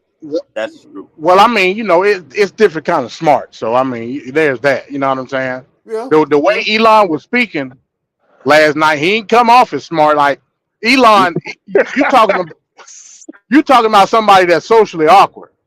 Elon is socially awkward, like a mug. You know what I'm saying? But in any event, yeah, I mean, it was crazy, man. The fact that they can have that type of conversation with no political facts behind it, it's troubling, man. And also, this is what I took from it, and you had it in the clip, Venkat. The fact that he said, and this should be troubling to everybody, the fact that he said that he was talking to Putin about the whole Ukraine thing, and then, he said no way and way, or the stuff that Trump, and Trump never emphasized that during his presidency, that's troubling. Real troubling. You know what I'm saying? Because he's lying. Well, yeah, either that or he chose not. Now I'm looking at it from a non-informational standpoint. He just chose not to preemptively do anything, which is non-conservative. Like, you know what I'm saying? Like, you can't get no more non-conservative than that. With Russia of all countries, like, come on, like, what are we doing? But that lets you know that conservatism is dead. At least in the eyes of the new Republican Party, it's dead. So yeah, we got nothing out of what happened yesterday. And he talking about the DDoS attack, and that stuff didn't happen. That stuff didn't happen. I mean, come on, like we can't be realistic. It was almost 1.2 million people in the damn space. It just say it crashed and just leave it at that. It crashed. And me and Venkat, you know what I'm saying? Huh? I said me and Venkat was trolling him like a mug. Harris for president 2024. Yeah, and that stream I gave y'all, that was from a YouTuber. You know, that's a like he's so weird. You know what I'm saying? But that's another topic for another day. But in any event, yeah, I mean, it was just overall just a weird conversation, and so many contradictions. He talked about, it's not renewable energy that's the problem, it's nuclear energy. And then Elon Musk turned right around and contradicted him by saying the pros of nuclear energy. Also, he talked about global warming. Elon Musk turned around and basically debunked what Trump was saying. It was no debate to be had because it was a shield party is what it was. And that's crazy. That's crazy. But hey, man, this is what we're dealing with. What's crazy is that it worked. Weird is the theme of the campaign here. Weird is the theme. What's crazy is that it worked. There was a bunch of people thinking they were. Look at these two genius men of standards talking. Oh my Lord. Yep.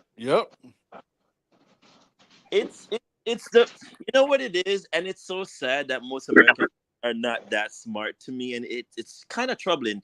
Y'all need to tell your kids to do geography, civics, all, because the things that he said yesterday, it was like he's making it look like it was brand new pertinent information. Sir, Russia, North Korea, and China are communist countries. They were always in an alliance. It was always a thing. You're making it look like they just formed a new relationship yesterday and you just got brand new insight from the CIA. Go sit down somewhere. You sound... No, they formed the day he lost the election because Trump is God and everything happened the second he lost the election. Everybody got together and the Avengers died. And it just came across so forced. I'm like, dude, he's grasping at so many straws. It's not even funny. And I'm gonna hint it to the MAGA group. You know what? I'm gonna give y'all an olive branch just to give to him so he could like learn a few things or two. Sir, if you want votes, stop grasping at straws. Talk about the policies. That's the most important thing. You literally went into a spiel of drill, baby, drill. Then he went off topic again. And I was like, I can't listen to this crap. I literally logged off after that. Sir, the United States is the largest exporter of oil. I was shocked when I saw that actual feed today, when I saw that whole thing with I'm like, I thought it was Saudi Arabia. No, sirree, Bob. We are the largest exporter of oil. We extract so much oil between last year and this year that literally we could really run OPEC if we wanted to. But that's a whole different other story.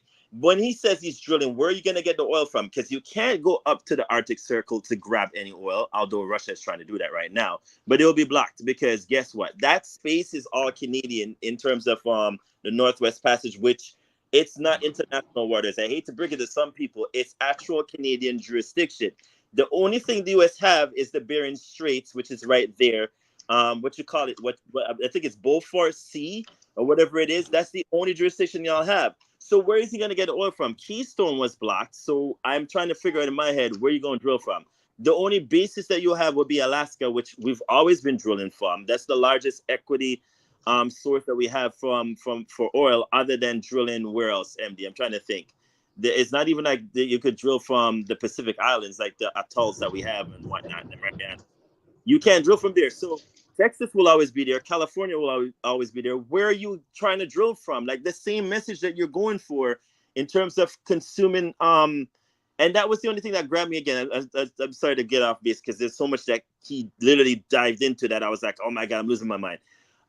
He mentioned about AI being an energy consumption. Again, I don't know how he knew that information, but you couldn't, equate or speak eloquently about everything else. But you knew that much, it consumes that much energy. Yes, it does. Microsoft have been saying that to you when you were in power, sir, that they were like literally begging you in Silicon Valley saying, hey, look, China is way ahead of us. And if you want us to like be up there with them, y'all need to be like investing heavily in Silicon Valley. No. When I get into power in the next 4 more years, meaning that time when Joe was coming in with Kamala, I'm going to make sure that happened. None of that happened on your watch. So, sir, where, again, with all this stuff that you're mumbo-jumboing about, you could have done all of that in your term, in your first term. You didn't do anything. So now you're sitting here now telling me now with Musk, which is another socially awkward person, like to me, twin, if you get my drift here, he reminds me of that one nerd that couldn't get none in high school, but then all of a sudden he got the money. He's like, yeah, I could get any woman I want. You're still socially awkward, Musk. It's one of those things where you still, how many baby mamas you have now? I think it's like, 5, something like that. I can't even remember. But like Musk, you awkward as hell. I thought he had like 12 kids. He had more than 12 kids. I was just exaggerating in the smallest minuscule term, but he has a lot of kids. He's that kind of dude that was like, oh, when I become hella rich, I could have any woman I want. And that's how he comes across. Very one of them is a tranny. That's a whole nother story, MD. You didn't have to go in that direction. But ain't nothing wrong with that, but it is what it is. He's very awkward and weird. But I don't get the whole thing. Trump needs somebody other, and again, and I knew this because I said this about Vance. Vance is not going to be able to save him because even on the weekend, a whole bunch of people were asking Vance, like he was being interviewed. I think it was on CBS, and they asked him the question like, your own president, the guy that selected you, said on the first day you don't matter because it's all about a president, not a vice president. And I'm saying to myself, what in God's green earth is going on here? If you selected me as a vice president, I do matter because if something happens to you, God forbid, I'm jumping into your space. So how do I not matter? He deflected, he go round and round the circle. He went into Kamala. I'm like, they ask you, how do you feel about Trump saying that you don't matter, that you're not relevant compared to him? And he was like, oh, well, he has every right to say what sir, what are you doing, Vance? What are you doing? That's pretty much Donald Trump saying he ain't worth a damn. Like he's a horrible pick. That's pretty much what it is. Man, I felt so embarrassed for him. I was like, you know what? I can't even. Conservatives, if this is where you're going with the MAGA party, y'all have a lot of work to do. Really a lot. And not to veer off from the Democrats, because I have a whole bunch of bone to pick with y'all. But do better, man. That y'all need to do extremely. If this is the pick that y'all wanted Trump to pick on account of you thought that Joe was going to still be in the race, y'all are screwed royally because you only have 2 more months left, and it's the debate that I'm literally waiting for that debate to come for September so I could really gauge how much he's going to be babbling about, going on and on about nonsense. I just want that debate to happen so I could see where Kamala is at and how her cross example is going to work on the stage. But Trump got to do better because he's coming across to me senile, as in old and not knowing what he's doing. And it's all grasping at straws, but I digress. It's very scary, y'all, but I need him to do better. Whosoever's out there in the MAGA crew who's listening to us, send him that information. Don't go down that rabbit hole of race. Do policy. It's all you need to do if you want to win the race. But I gave you too much information. All right. So what we're going to do now is do that news update about Christopher Dunn, and then we will get back on the other side.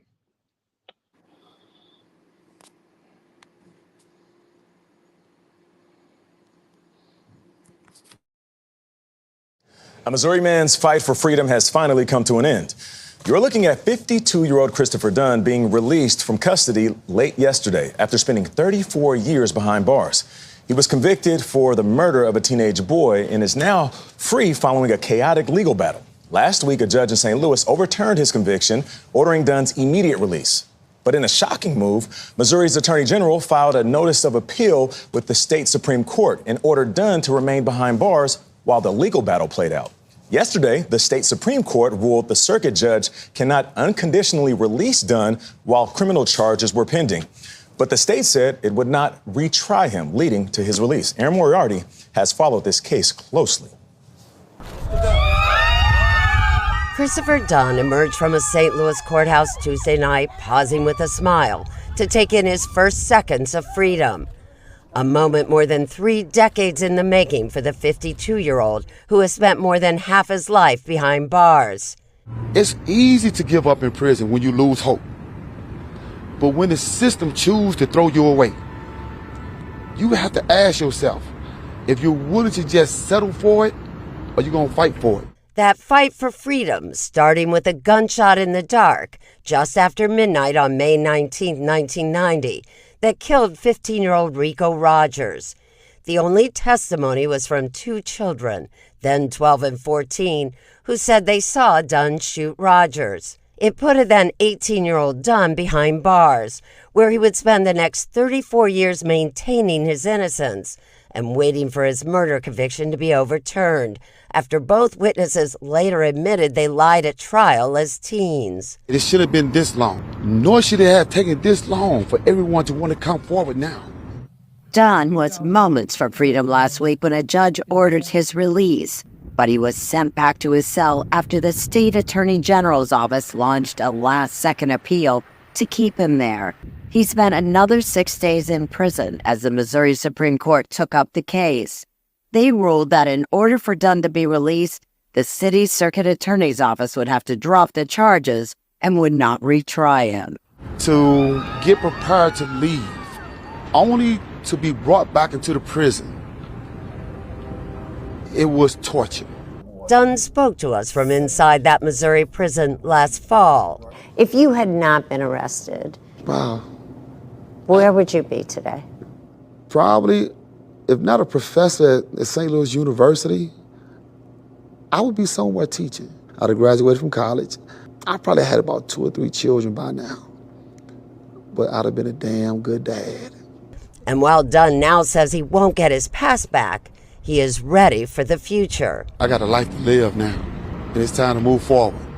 For CBS Mornings, I'm Erin Moriarty. Wow, what an update.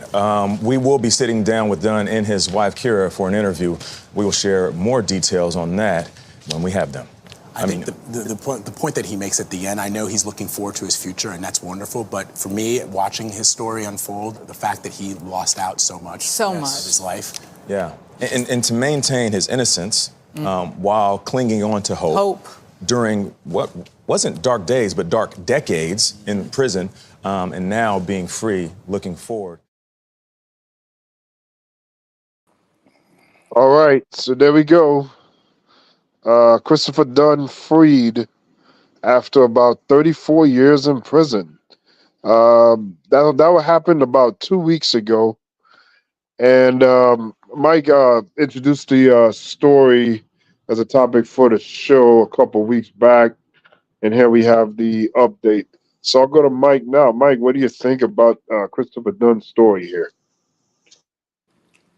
I'm a little disgusted because everybody, like, this story isn't far-fetched, right? It's not, oh man, I can't believe that happened. It's, man, I'm glad they figured it out and got him out of jail. And if we all can see that this has happened more than once, more than twice, more than 20 times, I don't understand why there isn't a push to go back and look at all these people who have been locked up. Who say, I know they go, everybody says they're innocent. Okay, do the research, because we know I personally believe, and we know in our heart of hearts, that for a long time, police were just going, it's probably that guy, and throwing him in jail. And we have so many cases where you go over and you look and you see that not only was it just hearsay, or not only was there no real evidence, or not only was it a a jury that wasn't of his peers, or not only was it just a like if you hear the amount of insane stories and people are locked up and then they use it against us and go, well, those black people always do crime. And it's like, yeah, because you guys say it's us all the time. Anything happens, it's always, hey, he fits the description. And the worst part, then they block him from getting out of. That's crazy. I promise you, and this is the words of Mike is right, or only Mike is right, and do not pertain to the Tape Fist Politics or anybody else on the panel. I promise you this. If I get out and I sue them and they don't give me nothing but $1 million, because they got that law now where you used to be you get $1 million for every year you were locked up. Then they try to shorten it so you only get $1 million. I'm gonna spend that whole $1 million on finding that district attorney. I'll leave it at that. That's all I'm saying. I mean, people. If you just have to take the sequence from the Batman movies to understand what Mike is going at. Facts. I don't understand people. It's crazy. It's a crazy ass story. I mean, I was looking for I knew about the whole he was released after they stopped him from being released initially a few weeks back. So I'm like, I lost his name. So I'm like, okay, let me type in innocent man that was in prison. Immediately, a bunch of different guys, I know, mainly black, came up, and I'm seeing decades of time, like 28 years, 30 something, 48 years. I'm seeing that type of time. So it's not like his story is a unique one. Nope. There's like so many, and there was even there was a white guy who had 17 years. I mean, it was crazy. Like this is ridiculous. That means that the judicial system is completely not batting at a high rate here. They're just throwing niggas in jail just because. And they're choosing not to throw the others in jail. Right. Because they got money. It's a conceited effort to do this, man. It's ridiculous. Like, that should not be. That really shouldn't be. And if you're going to mess up like that, you should have to pay out the ass. You should have to pay out the ass. And the family members of those people that lost their lives, because you pretty much lost your life. If you're coming out, you're 60 some odd years old. I mean, come on, man. Come on, man. And so they should get some. Yeah, go ahead. I'm sorry. I said, and you can't function in society. No, you can't. You don't have the training to adapt to this computer-driven, highly technological world that we live in. When Dunn got out, he was tripping on the cost of clothes because he's still thinking about 1991 money, and he was just flabbergasted at how much a shirt and a pair of pants costs compared to what it would be in 91. 91 when he was there, but I mean, it's just insanity, man. Like, how he doesn't know about, because in 91, Super Nintendo came out in 91. So he has no idea about PlayStation, Xbox. He has no idea about certain movies, certain songs, music, books. Bro, you show him an iPhone, it'll blow his mind. It's like a deep level of, like, he doesn't understand. Like, it's like he's like an alien from another planet. Man, that white woman to get him acclimated. Stop. Hey, we don't need all that. Wait a minute now. He gonna get paid, and his white one, his white owner. But they say they don't pay gonna get him right. The state that state is not paying. They don't. All pay you gotta do is all you gotta do is sue. He gonna get some money. Trust and believe that. I don't know. They have those new laws in certain states that it's all curtailed to $1 million. It's not even, because they're saying they only pay unless it was found by DNA evidence. His case was not found by DNA evidence. Oh, wow. So he's not we talked about that the other week. Yeah. He gonna get some money. Trust and believe that. Let me say this real quick because I think I'm about to get into a dead spot. Look, he gonna be all right. I'm a law and order guy, so of course, innocent until proven guilty. Circumstantially, there was no evidence to trial. I get that. If you're asking me personally, I still think he did it. If you're asking me personally, I don't know why you think that, MD. because of what the prior testimony showed. The two little boys was in two different locations witnessing the crime. They didn't collude with who they identified. They didn't collude at all. Nobody's talking about. So just magically out the blue, they identify this person. I got to go off Well, what was presented in that's the court at the end of the police. day. You know That's exactly the how that police. happened. They That's the laid pictures police. down, and he kept his finger on one a little bit longer. I don't have any evidence for that. So with that being said, based on what the testimony showed, I can only do off that. Now at the end of the day, all these were some niggas. At the end of the day, even the little boys. You know what I'm saying? So, but again, you got to go off what Lady Justice said. Lady Justice said there's no evidence proving the crime. So there's that. Circumstantial at least. So that's all I say on. Like I said, you asking me personally, I think he did it. I do not. I'm gonna make sure my lawyer does not let you stay on the journey. Or guilty. That nigga's guilty. I got the rope right here. I believe it. I believe. I'm like, get Uncle Ruckus ass out of here.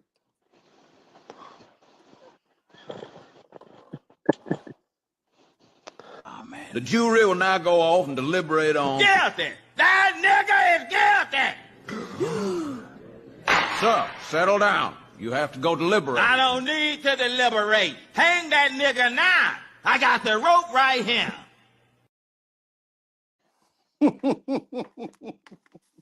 Yo, Boondocks is a gem. The gift that keeps on giving. Right. All right. So let's go to the next thing. So we should look now at No, did you talk to Poland. Ricardo? Oh, I'm sorry. Ricardo. Don't treat my twin like the others. Like others. Ricardo, what's your view? Christopher Dunn. I totally messed that up. I mean, there's nothing else to say other than what everybody else has stated. I just find it fascinating that he got so much pushback because even up until the week before his release, I think it's mostly I don't know if it's a social media kind of push, but I guess is it Ohio that he's in, right? That's the state. That's where the issue started from. I remember reading somewhere they're like Missouri. It was Missouri. It's one of them states where it's Missouri. So in their case legislation, there's certain things that they prohibit or block. When it comes to the cases, I will say one thing is that those two boys at the interview recanted their statement. So whenever anybody recants a statement, it's automatically grounds for, okay, well, they must have been coerced on the grounds of, the cops told me to do this or else they're going to do something to my family or whatnot. So it wouldn't be surprising that that was the case, but it's still an unjust thing for the state to have went through so much great lengths and breadth to block this man, knowing, if it's circumstantial evidence or whatnot, they should be released. Release the damn man. It's now how many years after the fact? And he's gonna have to be rehabilitated in society. That's not gonna be easy, like everybody has mentioned. Just give the man this damn money before he dies. I mean, there's so much injustice in this country, and again, the correlation stands where it's always, men from our community that's the most majority led in terms of these cases. Science is proven to be our best friend or enemy, and I usually choose to go on the side of science because it's factual.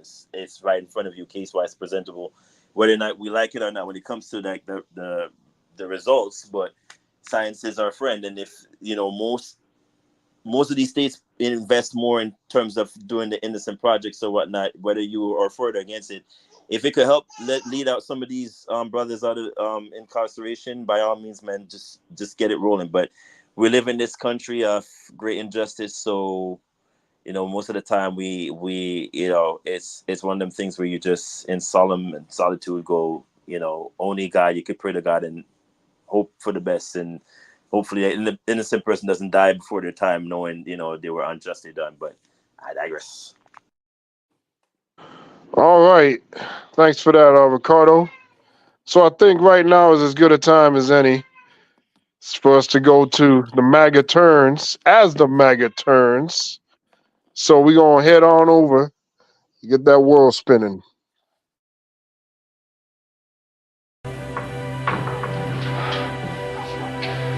I know this is awkward for you, Allie, but it doesn't change the way I feel. Please come back to the yacht with me.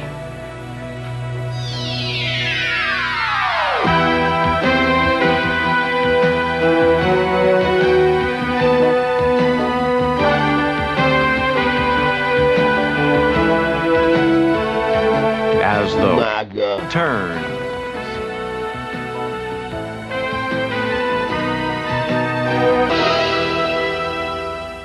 Turns to shit, okay? It's true. It's true. Look at what's happening.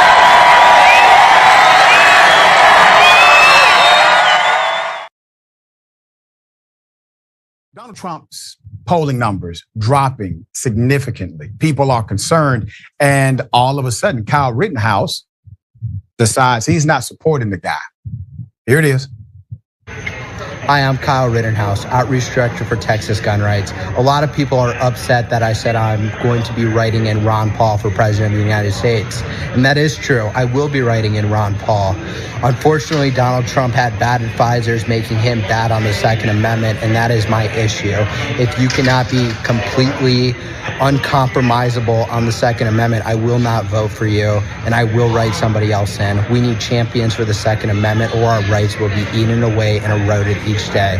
I support my decision, and I have no takebacks. Granted, Kyle Rittenhouse is a dumbass and a killer. Let's put his picture up full mass. I'm taking the opportunity to exploit a significant dysfunction on the right. Kyle Rittenhouse, ladies and gentlemen, the killer who was promoted by Fox News, who was funded by Turning Point USA, Charlie Kirk and crew, who was pictured with Donald Trump, praised by Donald Trump. This individual has now decided to pivot during Trump's worst hour. Sir, are you leaving MAGA, Rittenhouse? Has he gotten out of the cult? All right, per the Daily Beast, Kyle Rittenhouse, the darling of the right after he just, crossed state lines to kill people in 2020, says he's not going to vote for Donald Trump. Quote, a lot of people are upset that I said I'm going to be writing in Ron Paul for President of the United States. And that is true. I will be writing in Ron Paul. The 21-year-old said in a clip posted on X hours after sharing a picture of him posing alongside the former Texas congressman. A moment later, he even retweeted the photo saying, still writing in Ron Paul. Now, let's keep that picture up just for a moment. So, Kyle, I don't believe you, young man. I think you are an opportunist. I think you're broke. And I think Ron Paul gave you some money. All right. Rittenhouse shot 3 protesters, 2 of whom died. Kenosha, Wisconsin. You know it well. 4 years ago, during the BLM protest, and was later acquitted of criminal charges because the judge fell in love with him. Trump invited Rittenhouse to Mar-a-Lago after the trial, describing him as a, quote, nice young man and a fan of Trump. Now, I'm hyping this up, ladies and gentlemen, because I'm hoping to make Donald Trump respond to Kyle Rittenhouse. Would that not be perfect for the showdown between Trump and Rittenhouse side of the MAGA movement? Put it at full mass. This is an election of contrast, ladies and gentlemen. You have not seen an American election with this kind of contrast by way of the 2 major parties. So how are things looking for Trump? Per Raw story, a panicked campaign data analyst called his boss 2 days before Trump addressed the National Association of Black Journalists to report a serious problem with a scheduled focus group with Black MAGA voters. They kept dropping out. Target Smart poster. Ben Lazarus took to X Thursday to share his anecdote as Trump faced mounting criticism over his race-based attack of Vice President Kamala Harris at the event. Quote, "We all know better than to generalize quail findings," Lazarus wrote. But this remarkable problem is not one I've ever encountered in 15 plus years of polling. I want to remind everyone, as I always do, polls are not predictions, but they are snapshots of current sentiment. Sometimes even a trend can be determined in polling data. So Lazarus explained the panicked recruiter called him after 2 weeks of organizing focus groups with Black voters in key swing states. Quote, "Groups were originally organized as Biden voters, Trump voters, and undecided third-party voters," Lazarus explained. Quote, "Groups usually take 2 to 3 weeks to recruit. And in the days leading up to the sessions, we do confirmation calls. The confirmation calls did not go according to plan," Lazarus writes. Quote, "2 days before the Black Trump voter group, my recruiter reaches out to me in a mild panic. The group was falling apart," Lazarus wrote. "Of the 7 Black Trump voters versus Biden, we originally recruited just 2 weeks earlier. 3 had to bail because they were now supporting Harris. Recent polling data has told a similar story." Understand what Lazarus is saying here. He's done polling data for over 15 years. He has said on record, he has never seen this kind of shift or turnaround in focus groups. Focus groups, once again, are people, okay? The turnaround is not a swing, meaning more popularity is coming to the left or the right based on the undecided voters taking a side. That's common. He's saying people who said they were supporting Trump are now supporting Harris. And the number is damn near 50% of the Black folk who said they were supporting Trump went on record and said they're now supporting Harris. So obviously you cannot move forward with them in the focus group. So while Trump made headway with Black voters, according to some polls, as he campaigned against former President Joe Biden, that lead has basically evaporated since Harris took Biden's place as the presumptive Democratic nominee. This might explain why Trump chose to do a live interview with 3 journalists at the NABJ in Chicago on Wednesday. So the impact of Trump's responses, among them that he was the best president for Black Americans since Abraham Lincoln, and interviewer Rachel Scott was horrible and nasty, remains to be seen. One Fox News pundit called Trump's performance an absolute dumpster fire as well. All right, so here it is. This should not even be close, but it is because we are so corrupt and stupid as a country. When they report that Kamala Harris is now dead heat with President Trump, that's a bunch of baloney, right? It is the most massive lie. For people to understand, why are they doing this? They're still planning on stealing. They think they can steal the election, so the only way people will accept it is if they show polls. See, this is just what the polls show. So that is how, I don't know if people understand, this is the way. We haven't had a real election, a real presidential election in our nation in over 50 years. They have not, this, the proof is kind of out there, but it'll be out there more. We have not had unfraudulent elections forever, practically. And so, but the way they do it, in order for the people not to catch on, they have to push polls.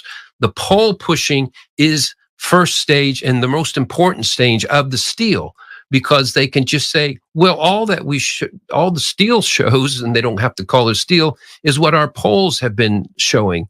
And so this is part of the strategy. This is how Jesus became white, because of rhetoric from people like that, okay? Sir, you know, I'm just going to go on record and say I agree with you, MAGA. These elections are horribly compromised. Unfortunately, that means it's better for you not to even vote. I mean, what you gonna do, man? You know, it's already done. All right? I got you, man. I feel you. All right, so there we go. Kyle Rittenhouse decided over guns, question mark, question mark, question mark, is why he's removing his support. I think it's more because Trump is just frailing around and just dying right now on the political stage. And it's not a good look to support Donald Trump, so he's just switching out on him. So, Mr. Right, Mike, what do you think about Kyle Rittenhouse removing his support of Donald Trump? Trevor's gonna curse you out. I heard what you almost called me. I think the analyst was correct. I think he got paid. I believe it's just. I believe Trump will get him something and he'll switch back maybe. But it. Do you remember that movie, He Chris? The already Chris did Rock it. movie. He already did it. See, I didn't even know that. Mike is right, and he didn't even know. Look at that. So you remember that movie where Chris Rock was running for president? Yep, I love that movie. I do as well. Do you remember what they did, what the last minute thing they did to try to get out the white vote? Enlighten me. They put out a bunch of news reports and things saying that the black president was winning, that he was going to win and it was for sure going to happen. And then all the whites who didn't like him or couldn't stand the guy came out of nowhere like, it can't be a Negro. That's what's going to happen. All the polls are showing Kamala surging ahead. All they're doing is telling the whites who look at Trump like a buffoon to get ready to stand up and run and stop this negress from getting into office. That's all this is. But hey, nobody listens to Mike. It remains to be seen, Mike. We shall see. All right. Ricardo, what's your view on Rittenhouse ditching Trump and Trump's troubles in the polls? I mean, my. He's now literally telling us, I guess he's a politician now. Oh, he will be. We've come a long way, right? From him doing what he did, and now we're taking, advice from a so-called killer. But I digress. I mean, people can change. We could give redemption when needed, but not him. he ain't far. I mean, there's certain people we can't forgive, like case in point, Casey Anthony, and the other one that killed the what's his name with the hoodie on. Yeah. Fire up on the wall of them. You know y'all talk. So it's tough, but it's amazing that we didn't even need him to tell us that. Like we already know, but Mike does have a point. Mike does have a point though, where it's just a dog whistle of them saying, "Oh, Kamala is doing. She's surging 20% of the polls." In other words, get your ass up, white nationalists, and go vote, because it's a scaremongering tactic that we're using. I mean, they've used it all the time, but they saw what happened in 2008, so they're not going to take that risk. But it is a very close to call election. Anything can happen. It just takes somebody to fart the wrong way, and it's automatically it's going to go to the next person. So it's one of them things, but I just find it fascinating that, he's coming out now doing the most and saying, oh, Trump, Kamala has this. I mean, in any dynamics, when there's a new, well, she's not really new. She's been on the ticket the whole time. It's just that they downplayed her to not have her overshadowed. And again, some people were saying why she never picked Shapiro. Shapiro is too much of a superstar. You can't have somebody overshadowing you. It's kind of like I equate it to like you getting married and you have the maid of honor or the groomsmen, overshadowing you at your own wedding. Like hell no. So it's kind of like that. But I just don't know if I need advice from, Kyle. I mean, come on, dude. you've done a number of things that we're not really happy with, but if you're jumping into the political arena on account of you trying to make money, hey, who am I to tell you in this capitalistic country not to do your thing? So go ahead, man. I wouldn't be surprised if you end up on Dancing with the Stars or doing an OnlyFans or, you know what I mean? Anything to make your money, do it. The best-selling book might be next, but he ain't wrong. I mean, Kamala is surging in the polls, and Trump should be slightly worried because he is now looked at as the old fart compared to Joe, who was, for the past 6 months, looked at the same way. But it's, how does Alanis Morris say it? Isn't it ironic, don't you think? I digress. All right, Good thanks, reference, Ricardo. Twin. What's that, Mike? I said good reference, Twin.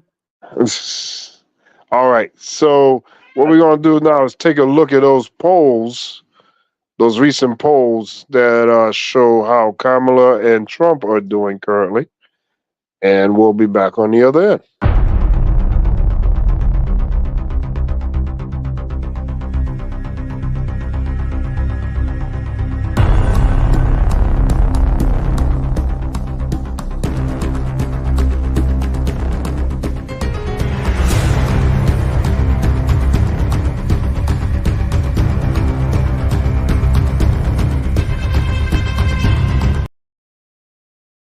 The enthusiasm around the Harris-Walz campaign is seen at their rallies, no doubt. It's also showing up in new polling that we want to bring to you today, showing the Democratic ticket has made some gains in some battleground states. What does momentum look like in the polls? Harry Hinton is here. What do you think? What am I seeing? So these were these New York Times Siena College polls that came out over the weekend. And look, this is Democrat versus Trump margin. This is May, Biden versus Trump. You see plenty of red on this side of your screen, Pennsylvania, Wisconsin, Michigan. Of course, that quote unquote blue wall. This was back in May. You saw Trump up by 3, Trump up by 1 in Wisconsin, Biden up by a single point in Michigan.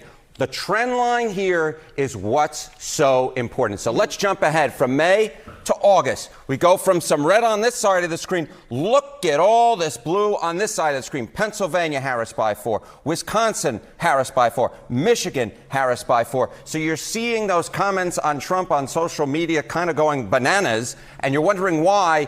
It's because he's looking at polling data like this, which shows clear momentum from Donald Trump to Kamala Harris as Joe Biden's got out of the race. I'll note still no clear leader up here, but you would much rather be Kamala Harris up by 4 within the margin of error than Joe Biden down by 3 in Pennsylvania, down 1 in Wisconsin, and only up by 1 in Michigan within the margin of error. These are 3 to 5 point movements towards the Democratic ticket. Clear momentum, and it's clearly angering Donald Trump. But take us inside the numbers. Who is Harris appealing to that Joe Biden was not when we had these numbers? Yeah, so, okay. Is it that Harris is getting Republican voters? No, it's not that she's getting Donald Trump voters from 2020. What is she doing? Number one, she's coalescing the Democratic base. So look, in Biden this spring, he was getting only 90% of the voters who voted for him back in 2020. Look at it now. What do we see? We see Kamala Harris is getting 93% of those voters. So we see that momentum. The other thing that we see is those untraditional voters. Those voters, there's all this talk that Donald Trump was going to get these voters off the sidelines and get them to vote for him who didn't vote in 2020. Back in the spring, look at that. Joe Biden was only getting 28% of the 2020 non-voters. Look at where Kamala Harris is now. She's getting 43% of those voters, a 15-point jump. So Kamala Harris is doing two things here. Number one, she's getting more of those untraditional voters. And number two, she's coalescing that Democratic base. Are you seeing signs in other polling of the Harris momentum as well? Yeah, okay. So if it's just one poll, I'm not that interested. But take a look here. This is among those certain to vote. This is the Democrat versus Trump in Michigan, Pennsylvania, Wisconsin. This is an Ipsos poll that came out last week. Look at this, the June margin, Biden versus Trump. We see Trump was up by 2, very similar to what we saw in those New York Times Siena College polls. Look at where we are now in this August margin. Look at that, +2 for Harris. So again, a 4-point movement towards Harris, again within the margin of error. And the last thing I'll note, look at this. If Harris just wins up in the Great Lakes, Pennsylvania, Michigan, and Wisconsin, she can lose Arizona, Nevada, and Georgia, and she gets to exactly 270 electoral votes. All right, so momentum it is today. Momentum it is. Thank you, Harry. Thank you. over the weekend. He made fun of Senator John Tester's weight, the Democrat in Montana. He called Tim Walz, quote, very freakish. He said Harris Walz supporters were pink-haired Marxists, looters, perverts, flag burners, Hamas supporters, drug dealers, gun grabbers, and human traffickers. And he also continued to be fixated on the crowd size of what Vice President Harris is getting versus his own. In fact, in a series of social media posts, he shared debunked footage and claims that Harris was doctoring her crowd size. These were AI images that they were sharing. He said that she should be disqualified because they faked their crowd sizes when these photos were easily debunked. How many of you were supporting Joe Biden 14 days ago? Raise your hands. None of you. How many of you, if the election were held today, would vote for the Democratic nominee, Kamala Harris? I would. Okay, that's all of you. None of you to all of you. And Frank Luntz is with us now. Frank, so thank you so much for being with us. Let me just ask you, if the election were held today, who would win? She would win. And I want to emphasize, it's not just about momentum. And I thought your commentary just before this was dead on. It's also about passion. It's about commitment. And Harris voters are even more eager to vote for her than Donald Trump voters are to him. We've not seen that in the entire campaign. Call that intensity. And her campaign is generating the intensity. And another key component is exactly why this is happening. She's talking and emphasizing her persona, her attributes, her character traits. And that's where Donald Trump has been commenting on. And the fact is, the American people do not want to hear the same kind of negativity, the same kind of attacks that he's been delivering. His strength is on issues, most particularly the two issues that matter most, inflation and immigration. But instead of speaking about those two issues and talking about the failures of the Biden administration, he's been making these personal attacks, and it's frankly turning the voters off that he needs to reach. Biden's communication strategy was designed to make Trump bigger. Harris's strategy is to make him smaller.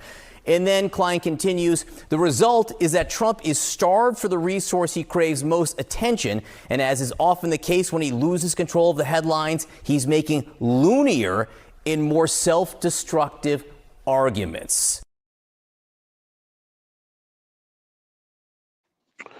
All right, there we go. Donald Trump saying people using AI. So let's see if MD, are you available? Yeah, I can hear y'all. Can you hear me? Yeah. Yeah. Okay. All right. Yeah. I was in the forest. So did you catch the polling information that we just looked at? Yeah, I did. What's your take? It goes back to the point for people, so going back to Mike's point that he made at the beginning of the show. We all understand that there's people that have already made up their mind from a partisan standpoint who they're going to vote for. This is not a fight with them. It's a fight about independence. There's focus groups going on all over the place, proving that there is a swing vote to be had. It may be based off of nonsensical biases like somebody's age or like stuff like that, but it's going on nonetheless. Kamala just had a rally last week where she had a Republican mayor at her rally. After that, a state poll came out in Arizona that had a swing of voters going toward Kamala. Why? Because there's a vast, I guess you would say, minority of never Trump people that are still riding on the fence from an ideological standpoint, that don't think that they're bound to vote for Kamala Harris, yet they won't vote for Trump. Those are the people that's going to be key in this election. That's just a fact. In terms of like her probability with a lot of states, yeah, the blue wall is important. Like I said last week, Georgia is in play. I don't care what nobody say. If you don't think you're gonna have that blue magic in Georgia like you had 2020, you got another thing coming. Especially after you had Megan Thee Stallion up there twerking and all. It's in play. It's definitely in play. So it won't be far fetched if Georgia remain blue.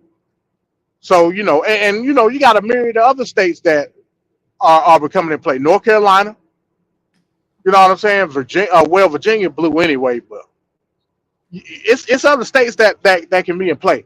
As far as like the gentleman said, as far as his rhetoric, even with the standpoint of immigration and inflation, if you're telling fallacies based off the policies that you're trying to tout, what difference do it make? All that is saying is people are too stupid to understand what the intricate details are, and they lying straight up. You know what I'm saying? I wanted to talk on the Kyle. I don't think I got a chance to talk on the Kyle Rittenhouse thing. Yeah, go Real ahead. quick. Kyle Rittenhouse is a sucker. He's a grifter, and his main goal is to make as much money as possible based off something that he did, because he knows that a certain majority base. I ain't even gonna say majority because it ain't. Conservatism is dead, but a certain base is gonna champion that.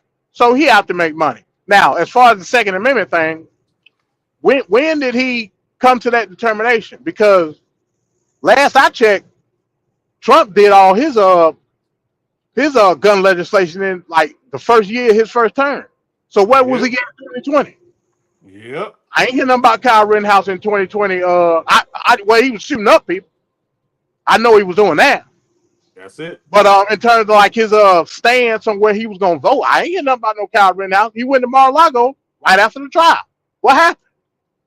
All this stuff is a farce, man. Don't believe these MAGA maniacs. Don't believe him. He wanted to get everybody in the uproar. He saw the pushback. He immediately redid everything he said. He came out with a statement saying, "Oh, I reviewed blah blah blah this and that. Now I'm back with Trump." How that work? You know what I'm saying? It's either you with Second Amendment rights or you're not. Now, for I guess from a conventional standpoint, I get it, but you ain't standing on nothing. You know what I'm saying? You're a coward at the end of the day. I know another guy that's big on gun rights. His name is Tim Walz. You know what I'm saying? But hey, that's another subject for another day. But yeah, he's a grifter, man. That shouldn't even been a story. You know what I mean? But yeah, as far as like what's going on in the polls, again, they're snapshots. Everybody understands that. But they can tell us what the current climate is, right? The current climate is clearly saying that, one, you have a uptick of enthusiasm within the Democratic base that was not there. Secondly, there is a contingency of never Trump Republicans that are coming toward Kamala. That's just a fact. That ain't me saying it. Like it's all kind of focus group. I follow the Bulwark with Sarah Longwell. She do focus group every week, and every week when I watch her, she has Republican focus group saying that they now vote for Harris based on the fact that they weren't voting for Biden. That's called a swing. So from that aspect, there is a contingency of swing voters that exists. You just got to find them, and that's all I got. All right, thanks, MD. Ricardo, what do you think here about the polling and all the other loony, crazy stuff that Trump's been doing, calling people names? We're talking AI images for at the plane with the crowd. He's saying it's not fake, and he believes that people that do AI fake crowds should not be eligible to become president, when he lied about his crowd in 2016. But whatever. What do you think about that, Ricardo? First and foremost, those damn swingers, I tell you, y'all can't behave y'all damn selves. You just have to be swinging all over the damn place. But I digress. Got to get those swings that stay on the door. with their damn pineapples and whatnot on cruises, and that's a whole nother. I'm sorry, I divulged way too much information there. Let me get back to the topic I had. This is the same dude that said that he had more people than the Million Man March in Washington D.C., where it featured I'm losing my damn memory here. With Or Martin Luther King Farrakhan and Jr. them. and all of them. Mm-hmm. What are you talking about? Like you He just said he had a bigger audience than Martin Luther King. Martin Luther literally. the King. And I'm saying to myself, you really, that's how I know he's losing it. Like when you know people are desperate and desperation calls for anything, you're gonna say, oh, he did a press conference, and the only thing I kept hearing is the comparison between his crowds and Kamala's crowd, and how Martin Luther King Jr. crowd was smaller than in comparison to his. When they showed a contrast of him being in the same arena, where it was Kamala one week and then it was him, when they panned out the entire camera and literally the media was there, you could see that he had way less amount of people in concentration compared to what Kamala has in terms of a resurgence. So I don't know what he's talking about. I don't know who was telling him what, but this is coming from the same man that drew a Sharpie to indicate where a hurricane was going and then made on account of he wanted to not look stupid.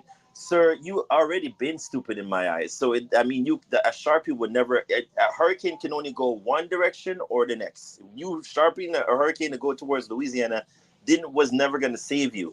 But keep thinking what you think. The polls, I believe, are 100% accurate. I do want to mention, though, I never trust polls because they're always skewed. Because on one hand, one person could say, "Hey, I'm never going to vote for Kamala," and when they get into the booth, they're going to think, "All right, well, do I want to go through 4 more years of divisiveness and the party's not doing a damn thing and there's obstruction everywhere? Or do I want to go for maybe she might be able to change something and get us moving ahead in terms of progression?" I think that's the question that most people are going to face in the polls is, are they going to think, do we want to go? And this is the same thing that happened 4 years ago when we had Joe Biden and Kamala ticket. Most people didn't want to go through after the midterm election. We didn't want to go through the divisiveness of the two groups not doing a damn thing, obstruction everywhere. This nonsense of we're not going to do anything on the other side's not going to.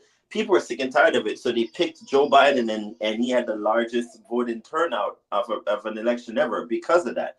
The same thing could apply now. I just think, based on the issues that we're looking at people worrying about inflation, about gas prices, about natural disasters that we're going into. I mean, we're looking at this being one of the hottest records, one of the hottest summers on record, and this is the same man that says he doesn't believe in global warming. This is troubling for me, for him to admit that last night when he said that. Sir, you don't believe in global warming, and you are on the side of the petroleum people that are polluting the planet even more. That gives off greenhouse effects. Sir, you need to get it together, because we don't got time for all of this nonsense where you're literally like not sure, you're flip-flopping and you're trying to appease the big money ticket people. It ain't gonna help. And the same thing that the newscasters are saying in terms of the polls is the same thing I've been seeing. He's kind of alienating certain voters as opposed to him talking about certain things. What he's doing is doing segmentations of, I think I might be able to appease those people. Like, you're calling the Harris Warren ticket. Is that his name? Isn't it Walls his name is? I'm mixing up Warren here. We're thinking about Walls. Walls.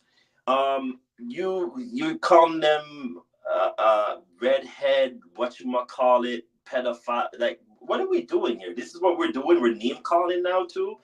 This is not gonna work. You gotta focus. You gotta zero in Trump. If you say that you're conservative, like you claim to say you are, there's things that appeal to the conservatives. You are not getting the independent voters. You're not getting the Black women voters. You're not getting those suburban moms that you keep alienating when you speak of certain things when it comes to misogyny with Harris.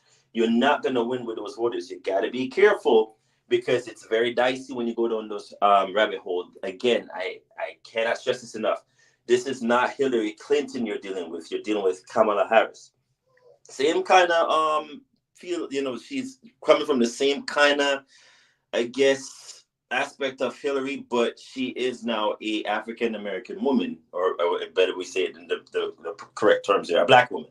So there's a lot that goes against you. Even he himself admit that there's chances are the black women are not going to vote for me. You're damn right they're not going to vote for you because you keep finding ways to alienate them by saying certain things that are derogatory towards the one person that you shouldn't be speaking about. Ill will wise, DEI, and all this nonsense that you're talking about ain't gonna get you votes because again, what you're gonna do is force those people that don't want to vote for Harris to vote for her anyways when it comes down to the last segment of that weekend or week to vote. You cannot go down that road. It's a dangerous one to go down when you speak about ill will towards like her race, or is she black enough, or is she this enough, or she's not competent enough, and she's a prosecutor, my dude. So get ready for that debate. That's all I'm gonna tell you. You're flip flopping all over the place. Ain't gonna work. If you want to get Harris, get her on the fact that she hadn't done that much on the border. Get her on the fact that she keeps changing her stance on certain things. Get her on the things that there's a whole bunch of word garbage stuff that she'd said over the past 4 years that you could get her on. But when you go into different things that don't make sense, that's where you're going to alienate those voters that you really need. And the independent voters are who you need because they're kind of flip-flopping all over the place right now. I kind of have an idea where I'm going to vote, but you still need to get to my side and get me to be enticed to vote for you. And I'm not even feeling that. And your boy, JD Vance, ain't doing diddly squat to help your case because he is like, I don't even know what to say. I guess he's going to go by the military stance if I was in the military, but so was Waltz. But I digress. Y'all need to do better on that side, man. But I'm just waiting for the debate because then that might shut everybody up and then make everybody decide. And I'll leave it at that. All right, thanks, Ricardo. Before I go to Mike, I don't know if you guys saw that on Truth Social, Donald Trump, he posted something saying there would be 3 debates, and the first debate will be September 4th on Fox News. The second debate would be September 10th on ABC News. And then the third debate will be September 25th. And I believe that was NBC. NBC. Now, when I looked into it further, none of this is real. He's just posting that, and there's no legitimacy. It's not been agreed upon. And as it stands, there's only one debate right now with them, and I think it's August 10th. I'm sorry, September 10th. September 10th, yeah. Yeah. What he did was he threw in those extra 2 debates as fillers because what he wants to do, he wants to have basically first dibs with the Fox News debate. Because remember, originally what he said was, okay, I'm not doing the September 10th debate. We can redo it on Fox News with a live crowd, blah, blah, blah, this and that. He's just throwing out fillers is all he's doing. It's not going to happen. Hell, I wouldn't be surprised if he, for a second time, backs out the September 10th debate. He might do it if he Wow. don't get his way. Wow. That's great. I mean, I thought it would be great because if you think about it, the whole month could have debates because the 4th would be Kamala and him, the 10th would be them again, and then the week after that would be the vice presidents, and then on the 25th you have the last debate between Kamala and Trump. I thought that'd be a great idea. So is the vice presidential debate confirmed? I mean, they have to have one. They have Yeah, to. because in that same speech, you remember he said they were negotiating something with CBS for a vice presidential debate. And that would make a lot of sense. That would make a lot. Yeah. But I mean, again, he could be lying about all of it. Oh yeah, of course. All right, Mike. What do you think about the polling numbers that we saw here with Trump and the whole AI controversy that he's trying to say that Kamala has a fake crowd? I don't trust anything he says. If he says AI is a fake crowd, he's only saying it because his team hasn't perfected how to use it yet. I don't understand what my twin is talking about, saying that he lost it. You can't lose what you never had. He never had sense. He's been a one-trick pony from jump. And that one trick is divisive comments. That's it. He'll say anything to get his side pumped and to get the other side angry, because both of those things play into him moving forward and his base being energized. He'll say anything, do anything. He's Kyle Rittenhouse with a higher ceiling of funds needed to be bought. It's the only difference. Rittenhouse will buy. He'll be bought for a couple thousand. Trump needs a billion with some things on some side things on the side. That's it. There, I don't. I know y'all say focus groups are this thing, and I don't want to hate on MD because he said I was right about something, so I'm gonna let it slide. But I don't believe yo. You matter of fact, I'll put it a better way. I'm really good at okay. Yeah, this picture is disgusting. I just looked at the screen. That picture is disgusting. Moving along. That disgusts me. You know Hey, how? speaking of AI, Yeah, I keep telling y'all, AI is it's the most despicable and terrifying thing of our lives. Our generation is we're screwed. But you know how growing up, whenever somebody get in a bad relationship or the relationship was over and they'd be like, man, I'm done. I'm done. I'm never dating again. Women are crazy or dudes are sick. These dudes out here are all hoes. I ain't mess with them. You guys know that, right? When people do that, oh yes. that's the exact same thing they do in the focus groups. They get their minds with, oh, never vote for so and so. I get to be on TV and I'm saying it. Yeah, I can't stand them. I can't. And then they go in the booth, just like those people. Whenever a fine girl shows up, or dude in Fact. a Maserati, a dude in a, what you said? I said facts. Facts, Exactly. Or facts, a dude facts. in a Maserati show up, they ought to be, ooh, someone's so fine. Damn, girl, you looking like that? How you fitting them jeans? Soon as they hit the booth, all that goes out the window. I don't believe anybody when it comes to polls or focus groups or anything. Everybody is lying. They just say what they think they're supposed to say when people are looking. It's the same thing when you ask soccer moms, hey, how do you feel about black guys? Oh, black guys, they're just like everybody else. And everything. Let a black guy walk near their car. Click, click, click, click. Oh, oh, the Negro looked at me. It's the same thing. I don't believe any of them. Everybody says what it needs to be said to look good in public. When the ish hit the fan, they gonna do what they do, and that's stick with the team. And the team is red, and it don't look nothing like Kamala Harris. I'm just saying. Okay. All right. Thank you for that one, sir. All right. So we are at the point of the show where it's time to get into session. It's time for us to contemplate the lame duck of the week. And I mean, we should just rebrand the lame duck title to a certain person's name because they're just always there. Seems like. He's the So Bible. He's the yeah, Bible. We all know the Bible's the greatest selling book of all time, but you gotta let other people get some burn. So they just say it's up there. We know it's up there, but sometimes you got to be like, hey, the Bible a mug. I can't.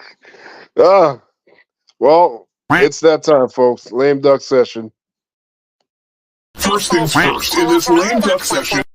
For the United Nations General Assembly to share the extraordinary progress we've made. In less than 2 years, my administration has accomplished more than almost any administration in the history of our country. America's so true.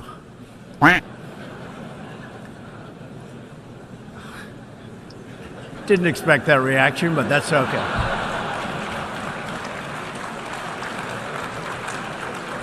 Right. Ladies and gentlemen, we got him. You're trying your best, but it never feels like enough.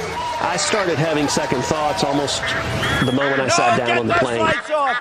Off! Turn them off. They're too bright. Turn them off. Turn them off. Let's go. Ready? We go back a long way. She was 12, I was 30, but anyway. So I changed my return flight and flew back on the first available flight I could take. I'm sick and tired of smart guys. I'm sick and tired of ordinary people being fleeced. I'm tired of being quiet. Yeah, I'm sick and tired. I'm just sick and tired. We have this notion that somehow if you're poor, you cannot do it. Poor kids are just as bright and just as talented as white kids.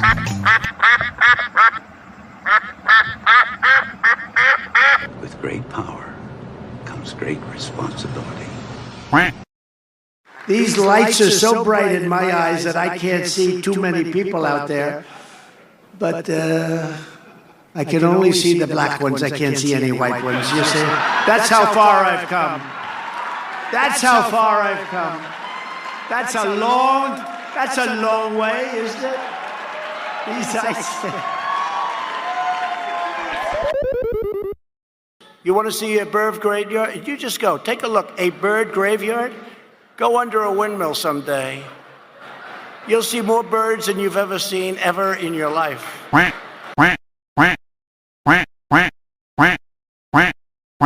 So Donald Trump is now threatening to sue the New York Times. At issue, they're reporting on this answer to a question at his press conference yesterday about this man, former San Francisco Mayor Willie Brown, a former mentor to Vice President Kamala Harris and someone she dated in the mid-90s. I know Willie Brown very well.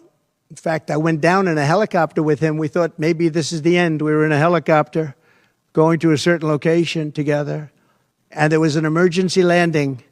This was not a pleasant landing, and Willie was, he was a little concerned. So the Times today reported there are just a few things wrong with this story. One, they say Willie Brown was not on the helicopter, and two, it did not almost crash. It was this guy, then California Governor Jerry Brown, who was on the helicopter, says the Times, which also reports that the former president was on that helicopter flight with the governor to inspect wildfire damage. Then Governor-elect Gavin Newsom, who was also on board, told the Times that there was no emergency landing. And Newsom said if anyone was talking about the helicopter crashing, it was Donald Trump. Well, late today, Trump called a Times reporter, claimed to have flight records to verify his story, and shouted that he was, quote, probably going to sue. Now, when asked, however, to produce the flight records, he instead repeated the question back in what the Times' Maggie Haberman describes as a sing-song voice. Mockingly is how she describes it. So, more to come on this. Shortly before airtime, I spoke with Willie Brown. Mayor Brown, thank you so much for being with us this evening. Just to clear things up, have you ever been in a helicopter that made an emergency landing with Donald Trump? No. Have you ever been in a helicopter with Donald Trump? No. He is apparently tonight getting angry about all of this, calling the New York Times and berating them for their story on this, claiming, he says, we have the flight records of the helicopter, and apparently said the helicopter landed in a field. You have no memory of anything like that ever happening? No. What could he possibly be thinking about? I have no idea. One of the things the New York Times suggested is that there was a helicopter trip he took in 2018 with former Governor Jerry Brown and Governor-elect Gavin Newsom. So, Governor Jerry Brown, how often do you get confused with Jerry Brown? Not too often. We've known each other for many, many years, simply because I was the only person that endorsed his candidacy when he first ran for governor back in the 70s. I then ultimately endorsed his candidacy again in the early 2000s when he ran for governor after being the mayor of Oakland. But I have never traveled anywhere with Jerry Brown or even the good man that's running for the Republican nomination in any kind of a helicopter. Another thing that Donald Trump said at this news conference was that you had said derogatory things about Vice President Kamala Harris to him in conversation. Have you ever had a conversation like that with Donald Trump? No, I have not, nor anybody else. It sounds like, at least according to you, this entire story, including the helicopter, the near emergency landing, and the conversation about now Vice President Kamala Harris, it just never happened. Never happened, period. And I think my memory is probably better than his. He also, in this news conference, criticized the now vice president for her work as a district attorney and an attorney general in California, saying she ruined San Francisco. What do you say to those accusations? Obviously, he does not know anything about San Francisco, certainly not to the extent that he would say that a district attorney or an attorney general could ruin San Francisco. We are a very lovely city. And then when he references the person who is now the vice president, you've got to know that she served California extremely well. She defeated an incumbent district attorney in this city because the people loved her, and she performed very well. She ran for the attorney general when Jerry Brown left that job, and she won it against an incumbent district attorney in Los Angeles County who had been there for a long time. And he was another white guy. She's beaten two white guys. And then, of course, she got the job of the U.S. Senator from California. And at all times, she has been applauded, just as she is currently being applauded by people in this nation. So obviously, you are, or over the last several decades, have been a key ally to Kamala Harris, especially in the early stages of her career. You had a personal relationship with her about 30 years ago. This is something that is brought up repeatedly in the right-wing media. Why do you think they're so focused on it? What implication do you think they are making, and how do you respond to it? I just assume that, as usual, the right-wing media is always trying to generate something negative about people, particularly people that look like Willie Brown and that have a color close to Willie Brown. I frankly think that the motivation has more to do with who the two parties are than almost anything else in the world. Former San Francisco Mayor Willie Brown, thank you so much for joining us tonight.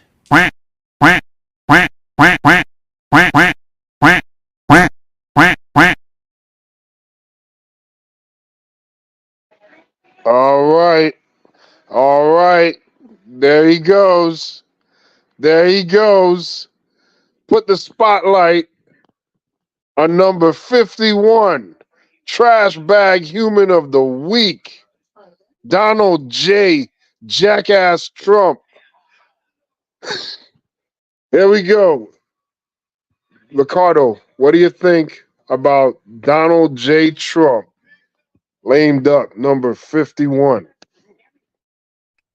All right. Well, congratulations to you, Mr. Trump. You're number 51 lame duck of the week. I mean, you have been the most nominated person in TFP history, and I'm sure you're going to continue that streak going forward. Color me surprised, or not surprised. I find it fascinating that Trump would use anything at his disposal. He would say anything through his teeth to make everything sound believable. Now, whether or not I believe Mr. Brown, that's all another story. He's trying to save face is what I think is happening here, because you don't want to be on the wrong side of history. Everyone will tell you that. If you're on the wrong side of history, it will look back terribly on you. But I believe when he says, I had no conversation, I did not converse with this man who was about to be elected, the Republic, like, notice he's not even saying names. He literally said that man that is in the forefront of the Republican Party, or the woman that is vice president. This man is not playing. Like, he's literally not saying nobody's names. Smart, very strategically smart on his part.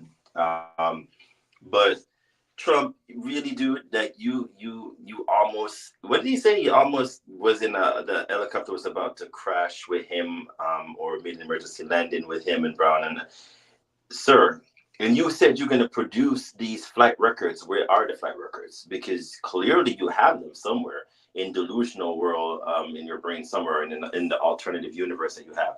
Look, it's beginning to sound and look very senile to me at this point. And if he continue, I don't know why the Democrats don't take this and run with it. Just paint him as an old geezer fart of a senile person. Just run with it. Just make him look old and disapparent and just nonsensical. Any word you can think of, just run with it, because everything that he's saying doesn't have a backup. Like, where's the proof? You can't write an essay without a proof, or it's going to become plagiarized. You can't take pictures of something without sourcing a source. You can't then say the sky is purple and then change your stance and say, oh no, it's pink. It because I said so. That doesn't work. And like I said, all the nonsense that he's been using since 2016 does not relate to now.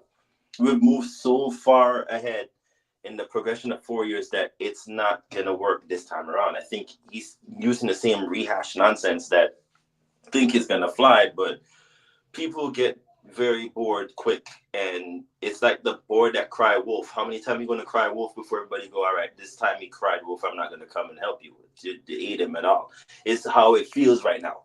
So it's just I don't even know if I should laugh or cry or just continue watching the train wreck that this is becoming, or no, I take that back. I still have my popcorn well buttered, and I just need to add some hot spices on it, and I'll be good to go, because this popcorn needs to be well heated for me sitting back and relaxing and watching everything in pay-per-view format, because this is what it's looking like. It's really, really sad just to see him grasping at straws just to get attention. But how much time do you have left before it runs out on you, Mr. Trump? You're just becoming to look like a just lying, disillusioned, babbling moron, and that's just all I have to say. But congratulations to you being lame duck 51 jackass lame duck moron of the week. And All right, thanks, Ricardo. And I met with the president of the Virgin Islands. These are people that are incredible people. They've suffered gravely.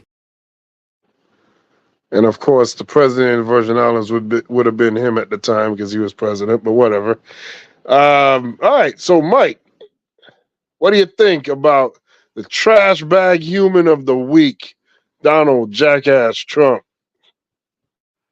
I can honestly say this is the first time I've kind of been afraid that I might be wrong watching that video. That was scary. To double down on foolishness that can be easily shown to be not true. He might be out of there, bro. His mind might be gone, but that'll just make the MAGA crowd love him more. That'll just make them say, it's all right. On those days he's doing great, he'll still be our president. Because the problem is, my brother, my twin, he thinks this is about Donald Trump. He thinks this is about, no, and MD thinks this is about policy.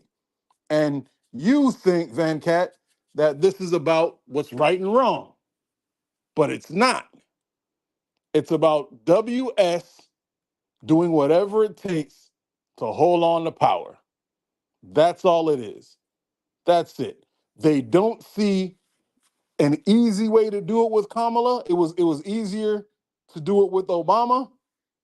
And she's part and parcel with that crowd, but it's much easier to do with Trump than Kamala. That's why he's gonna win.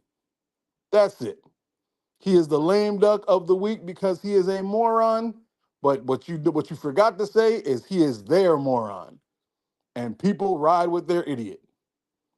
So when you say, my twin says, "Hey, you can only cry wolf so many times." Not if the wolf's a part of the game. The wolf will show up whenever it needs to be showing up. The wolf will show up. Oh, there it is. Or he'll have a guy out there with the wolf head, put it on a stick. Oh, look, it's the wolf. It'll happen. Don't worry about it. You guys don't have imaginations. That's the problem. You guys can't imagine, hey, you know what? We have the best police, we have the best protection in the country, but let's just act like they don't realize that there's a place over there that someone could sit on, lay down, and shoot from. We'll just act like they don't see it over there. It's right there. It's where they would pick to shoot from, but we're going to act like it doesn't happen. Because when you're making up the rules and you're making up the game, do whatever you want. Smart people will act stupid. Stupid people will act smart. Straight people will act like they don't have other men in the room with their clothes off. Vance. It is what it is. But hey, you did pick correctly because he is definitely the lame duck of our lifetimes. I promise you, he is the Bible when it comes to book sales. No one will ever beat him. And I say this: we all thought Moronicism died with W when he did his second term. I guarantee you, they have somebody lined up who's less idiotic but just as dumb as Trump to jump in next. I don't know if it's Rubio.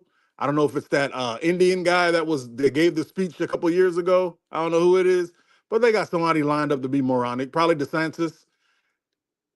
Dude, I'm telling you, Trump's gonna win. But hey, he is definitely the lame duck of our generation. God bless you. God bless Israel. God bless the Palestinians. And God bless the United States. Thank you very much. Thank you.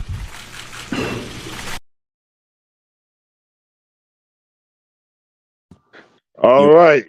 Wow, he can't even pronounce the United States? What is he, Schwarzenegger? All right. Thank you, Mike, for that one. MD, what are your thoughts here on the trash bag human of the week, number 55, DJT? Yeah, so it's important to note that, Trump has all these sometimes even consecutive lame ducks, you know what I'm saying? He's reaching flair levels when it comes to his title. But how can we not? Oh, that was funny. How can we not put emphasis and put some respect on the name of Willie Brown? How do we not do that? Hell, he might have to have more of a spotlight here from a positive note than Trump. That was one of the most funniest interviews that I've ever seen. That was funny as hell. 100% He right, did not sir. name one name. He just said from the former president. No. Or the president. He didn't say one person's name. I'm so mad. I'm so mad that the interviewer didn't just keep asking him yes or no questions, so he could have just said no through the whole thing. I was dying laughing. He said the right likes to throw controversy on people that look like Willie Brown. He talked in the third person, y'all. In the third person? Yes, you did the whole It don't Hey, that was funny. But yeah, so again, I think this is what I think, right? Trump, when he misspeaks or falsely disseminates disinformation, I think he runs with it from a correlation aspect. I don't think he meant to say Willie Brown. I don't think that he did. He misspoke. But he's doubling down based on the fact that it's a talking point of his opponent. He does that a lot. Like a lot. Hell, probably every speech he do it. You know what I'm saying? He'll either misspeak or throw out something that's clearly false and catches himself and then reroutes the whole speech or the conversation based off him misspeaking. He do it all the time. He did it last night. So, could it be something cognitively going on? Possibly. Is it some type of mental, I guess you would say, degradation? Yeah. Sure. I mean, hell, he old at the end of the day. But do I think that he catches himself and then disseminates disinformation? Because it ain't misinformation, because he know he lying. Do I think he disseminates disinformation off of it? Hell yeah. And I it's to a point, because what is everybody talking about? Especially on the cesspool of Twitter. You don't see a post a day saying something. Kamala slept her way to the top. Look, she messing with old ass Willie Brown. You know what I'm saying? Stuff like that. Trump knows this stuff. He see it. Anybody don't that think he don't see it, they're not intellectually analyzing who Trump is. Yeah, but MD, who cares though? Who? So say she did sleep with Willie Brown. MAGA maniacs care. Thank you. Yeah, yeah, but didn't Donald Trump slept his way through multitudes of women as well? I mean, even at the time when that don't count. That does not count in the slightest. MD, please tell Ricardo that this ain't got nothing to do with sense. I mean that there may be an underlining issue of misogyny. I ain't gonna deny that. But do I think it's minuscule? Yeah, it's minuscule because the MAGA maniac mind can override, you know what I'm saying, certain ideological differences. They can do that. But they have because it's the MAGA maniac. They don't have no damn stuff in their warped world though. Because if you're gonna complain about so she slept with Montel Jordan, she slept with Willie, she slept with who cares? Like y'all slept No, Montel Williams, not Montel Jordan. And Montel Jordan is This Is How We Do It. You gonna get Montel in trouble. He married. Right, so it's Williams, but I mean, some of these MAGA maniacs have slept with their sisters and brothers and whatnot. I should put out the disclaimers out there. All day. I mean, y'all done worse. Y'all slept with pigs and horses and God knows what. And this is the biggest issue for y'all. Y'all need to sit down because, I mean, no one gives a damn who she slept with. That's just the least bit of our problems right now. But they need a distraction, right? So I guess that's what it is. But I'm mad he didn't even call her name. He was just like the vice president and the man that's currently running for president. And he's just refusing to say names. And I'm like, I might have to take a page out of his book because that was one of the smoothest ways of being interviewed I've ever seen anybody go through, and not once name drop. That is incredible. Right, and that's why, like, you know, like I'll say my stuff about Kamala and not being black. You know, I may agree with some sentiments of that, but at the end of the day, when you mess with a dude named Willie, I got to give you a black card on that. I just got to do it. Willie, the blackest name since Draymond. I got to do it. And it's Willie, man. What's Willie Brown? Willie Brown. Willie Brown. It don't. Hell. His name might as well. I bet his brother named Leroy. Straight out of Harlem, 1970s. You feel me? He probably was in what you call it? What's that movie I said was the best one? Last Dragon. No, he was in Harlem Nights. He was probably in Harlem Nights. Willie Brown. But that's all I got, Venkat. Oh, I was trying to shut up. My bad. You're good. All right, thanks, MD, on that. So let's go up. So pretty much we're at the end of the show. So we'll get into our final sign off. As far as Trump, it's just a never-ending bunch of nonsense. This is not fear. I should not be put to them indignancies. Oh my God, I love you, Venkat. Yeah, man. Donald Trump is a trip, man. This guy don't know nobody. He don't know anything when it gets hot. No, you're saying it backwards. He don't know nobody, but he knows everybody. Well, there you go. Yes, there sir. you go. There you go. All right, so we should start doing the final sign off. So let's start with Ricardo. Ricardo, what's your final sign off for the evening? Yeah, just a lot going on, and you know, this world is changing on an ever-changing basis. There's so much, like right now, that I can't even get into. This the imminent attack from Iran coming up soon. You have this whole issue of you know, the Europeans, their dysfunctionality, especially in Great Britain. The election, of course, the debate that I'm looking forward to, because everything else is nonsensical at this point. Everything is just fodder until that debate happens, and then we could talk about how terrible either are. I mean, it's changing, so I look forward to it. Again, I've said this. I have my popcorn ready. I might have to get a couple of stuff. You damn swingers that are out there, stop swinging, damn it. I'm gonna need y'all to make up your mind.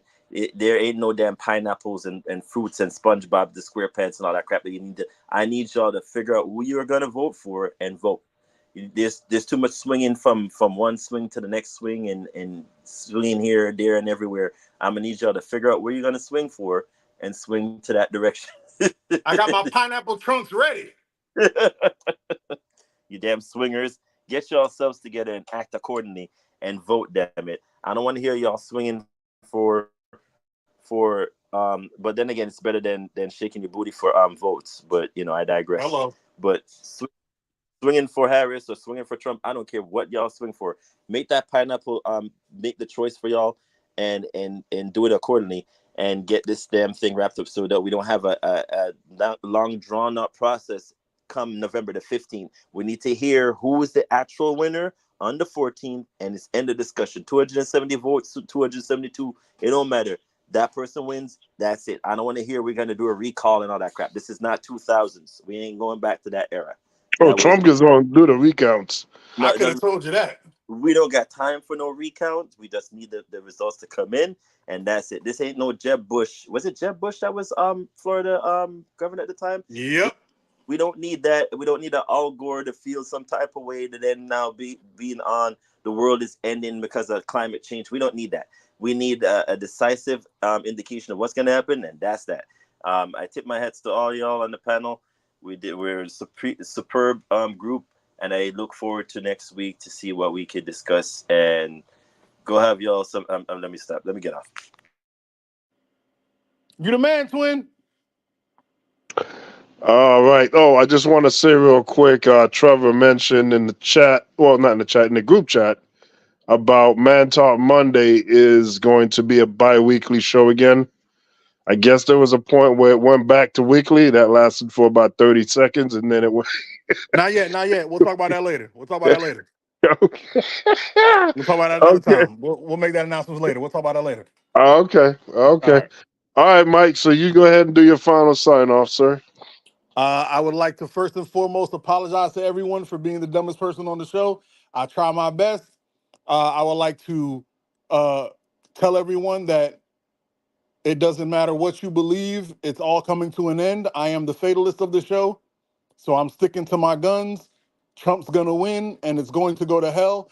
Even if he doesn't win, which I'm not saying he's not, it's going to be 3 to 4 months of recalls and stole the election, and let's all get together. I heard somebody talk about a secret page in Project 2025 that, like, if he doesn't win, they about to riot or something. So, hey, get your Second Amendment polished up. We got a couple months. I think you got to wait for 3 days in America. If you know, you know. Mike is right, and I'm out.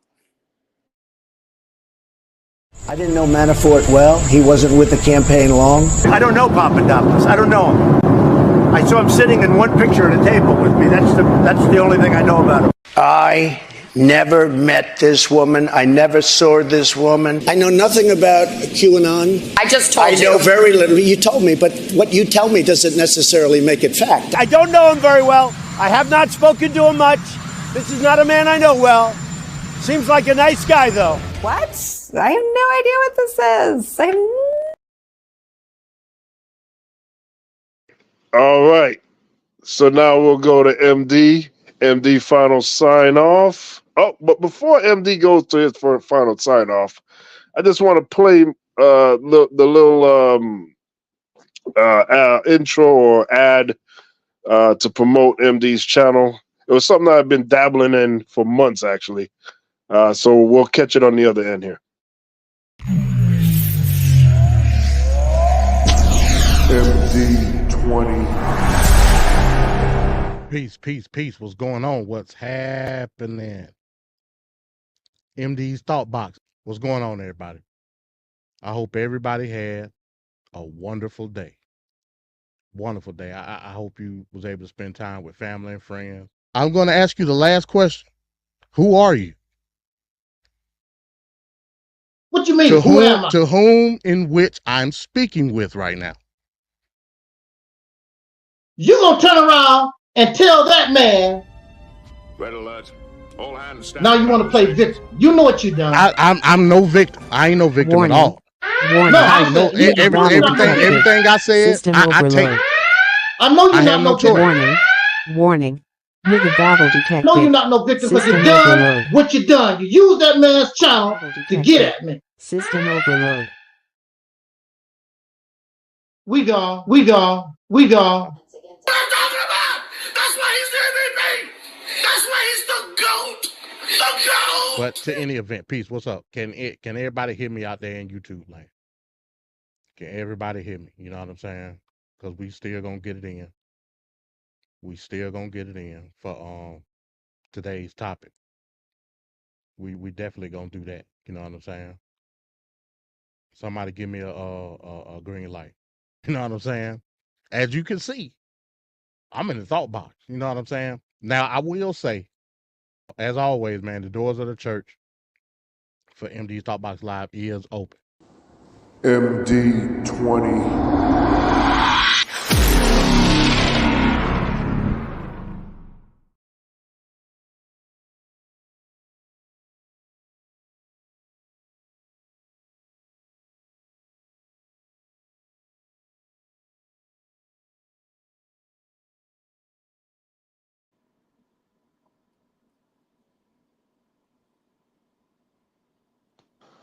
All right. All right. Now we can go to MD for his final sign off. Oh man, that warmed my heart, man. Go ahead, Mike. Van Cat gonna definitely do my funeral. That was amazing. That was amazing. But yeah, great show as always, man. Pertinent topic. Again, it's important to understand the correlation from a political standpoint where we are today in 2024. You know, as the Bible says, nothing new under the sun. You can go back in history and see the tension and see where to go from there. And then, you know, I think that's the most important part about it. And I think we can learn a lesson from 1968. I think we are learning a lesson from 1968. I don't, you know, even though there's bad actors, there's always going to be bad actors. But at the end of the day, if we can position ourselves correctly, we should be okay. You know what I'm saying? In any event, again, glad you did that, Van Cat. Thought Box Live is back. This coming up Thursday. Finally, we're doing the topic, the truth about Black conservatives. We going in. We're gonna start from the beginning, and we're gonna take it all the way to present time. And I'm gonna pose the question. When, you know, a lot of us say, hell, like even I say it sometimes. Black people are, quote unquote, historically conservative. Is that true? Where did we get that from? What type of conservatism are we talking about? Because I would pose the question then, where does that conservatism stand when it comes to civil rights? We're gonna talk about all that on Thursday.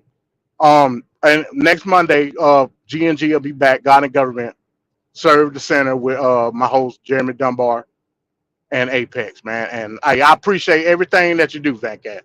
That was tremendous. Tremendous. I need to step my game up with my editing, you know, as well. You know what I'm saying? Especially the nigga babble. That part had me dying. Yeah. The nigga babble of all nigga babbles. Nigga babble detected. Nigga. Yeah, and we on high alert for the nigga babble. We on high alert. You know, I would say we at DEFCON 2 when it comes to the nigga babble.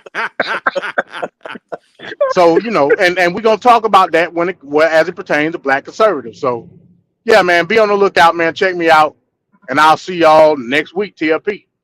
Hey, a lot of people don't know this, but I have Van Cat signed to Teddy Pendergrass contract where I'm Harold Melvin. So please support him so I can get rich. And there you have it. Well, we know that Donald Trump this weekend, I guess they found out that he's been using some words to describe Kamala. And here at TFP, we got exclusive footage of him saying those words. Like to see it. Here you go. The last thing my mother told me before she passed away. Oliver, never you pick up a ignorant woman. because those types always hold you back in life. That And looked there we just go. like Trump. That was Trump. That's Black Trump. You feel me? Bro, Van Cat, more Oliver. Come give me a hug, bro. Come on.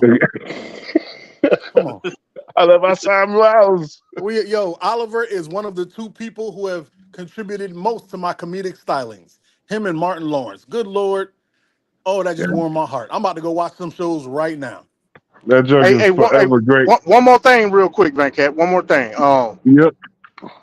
ProPublica. Everybody go to YouTube when they get a chance. Go to ProPublica. They're a political verifying site, right?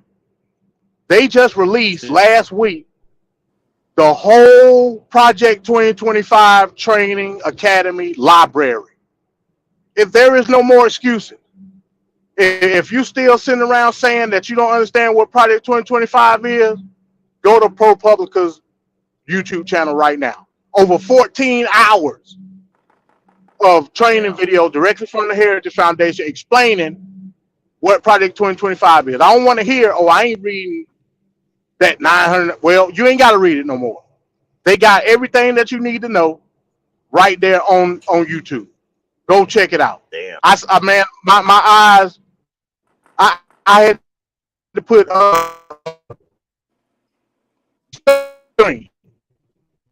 so all the stuff that was saying, some of the stuff is diabolical. I believe it. I believe it. Sir. That is pure evil, sir. Pure evil. I guess MD Mike went out. Oh, am I not talking? Yeah, can you hear me? Oh, there you go, MD. That is pure. Yeah, you're Borgin. Oh, okay.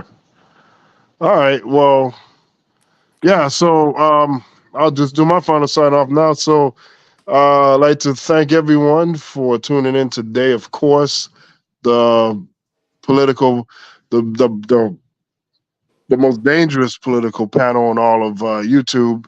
You got Mike, Ricardo, MD.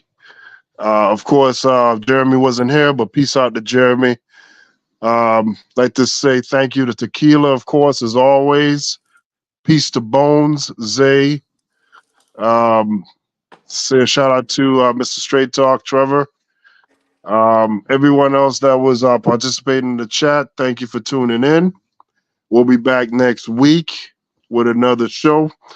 And again, well, Mike doesn't want me to go into this, but you know, Man Talk Monday, I guess it's bi-weekly, or well, they'll figure it out. But we'll be here every week on TFP, just taking a look at all the ducks and putting them in a row. For everyone here at Straight Talk Society, thank you for tuning in. We'll see you next week. Until then, peace. Peace. Holla at your guala.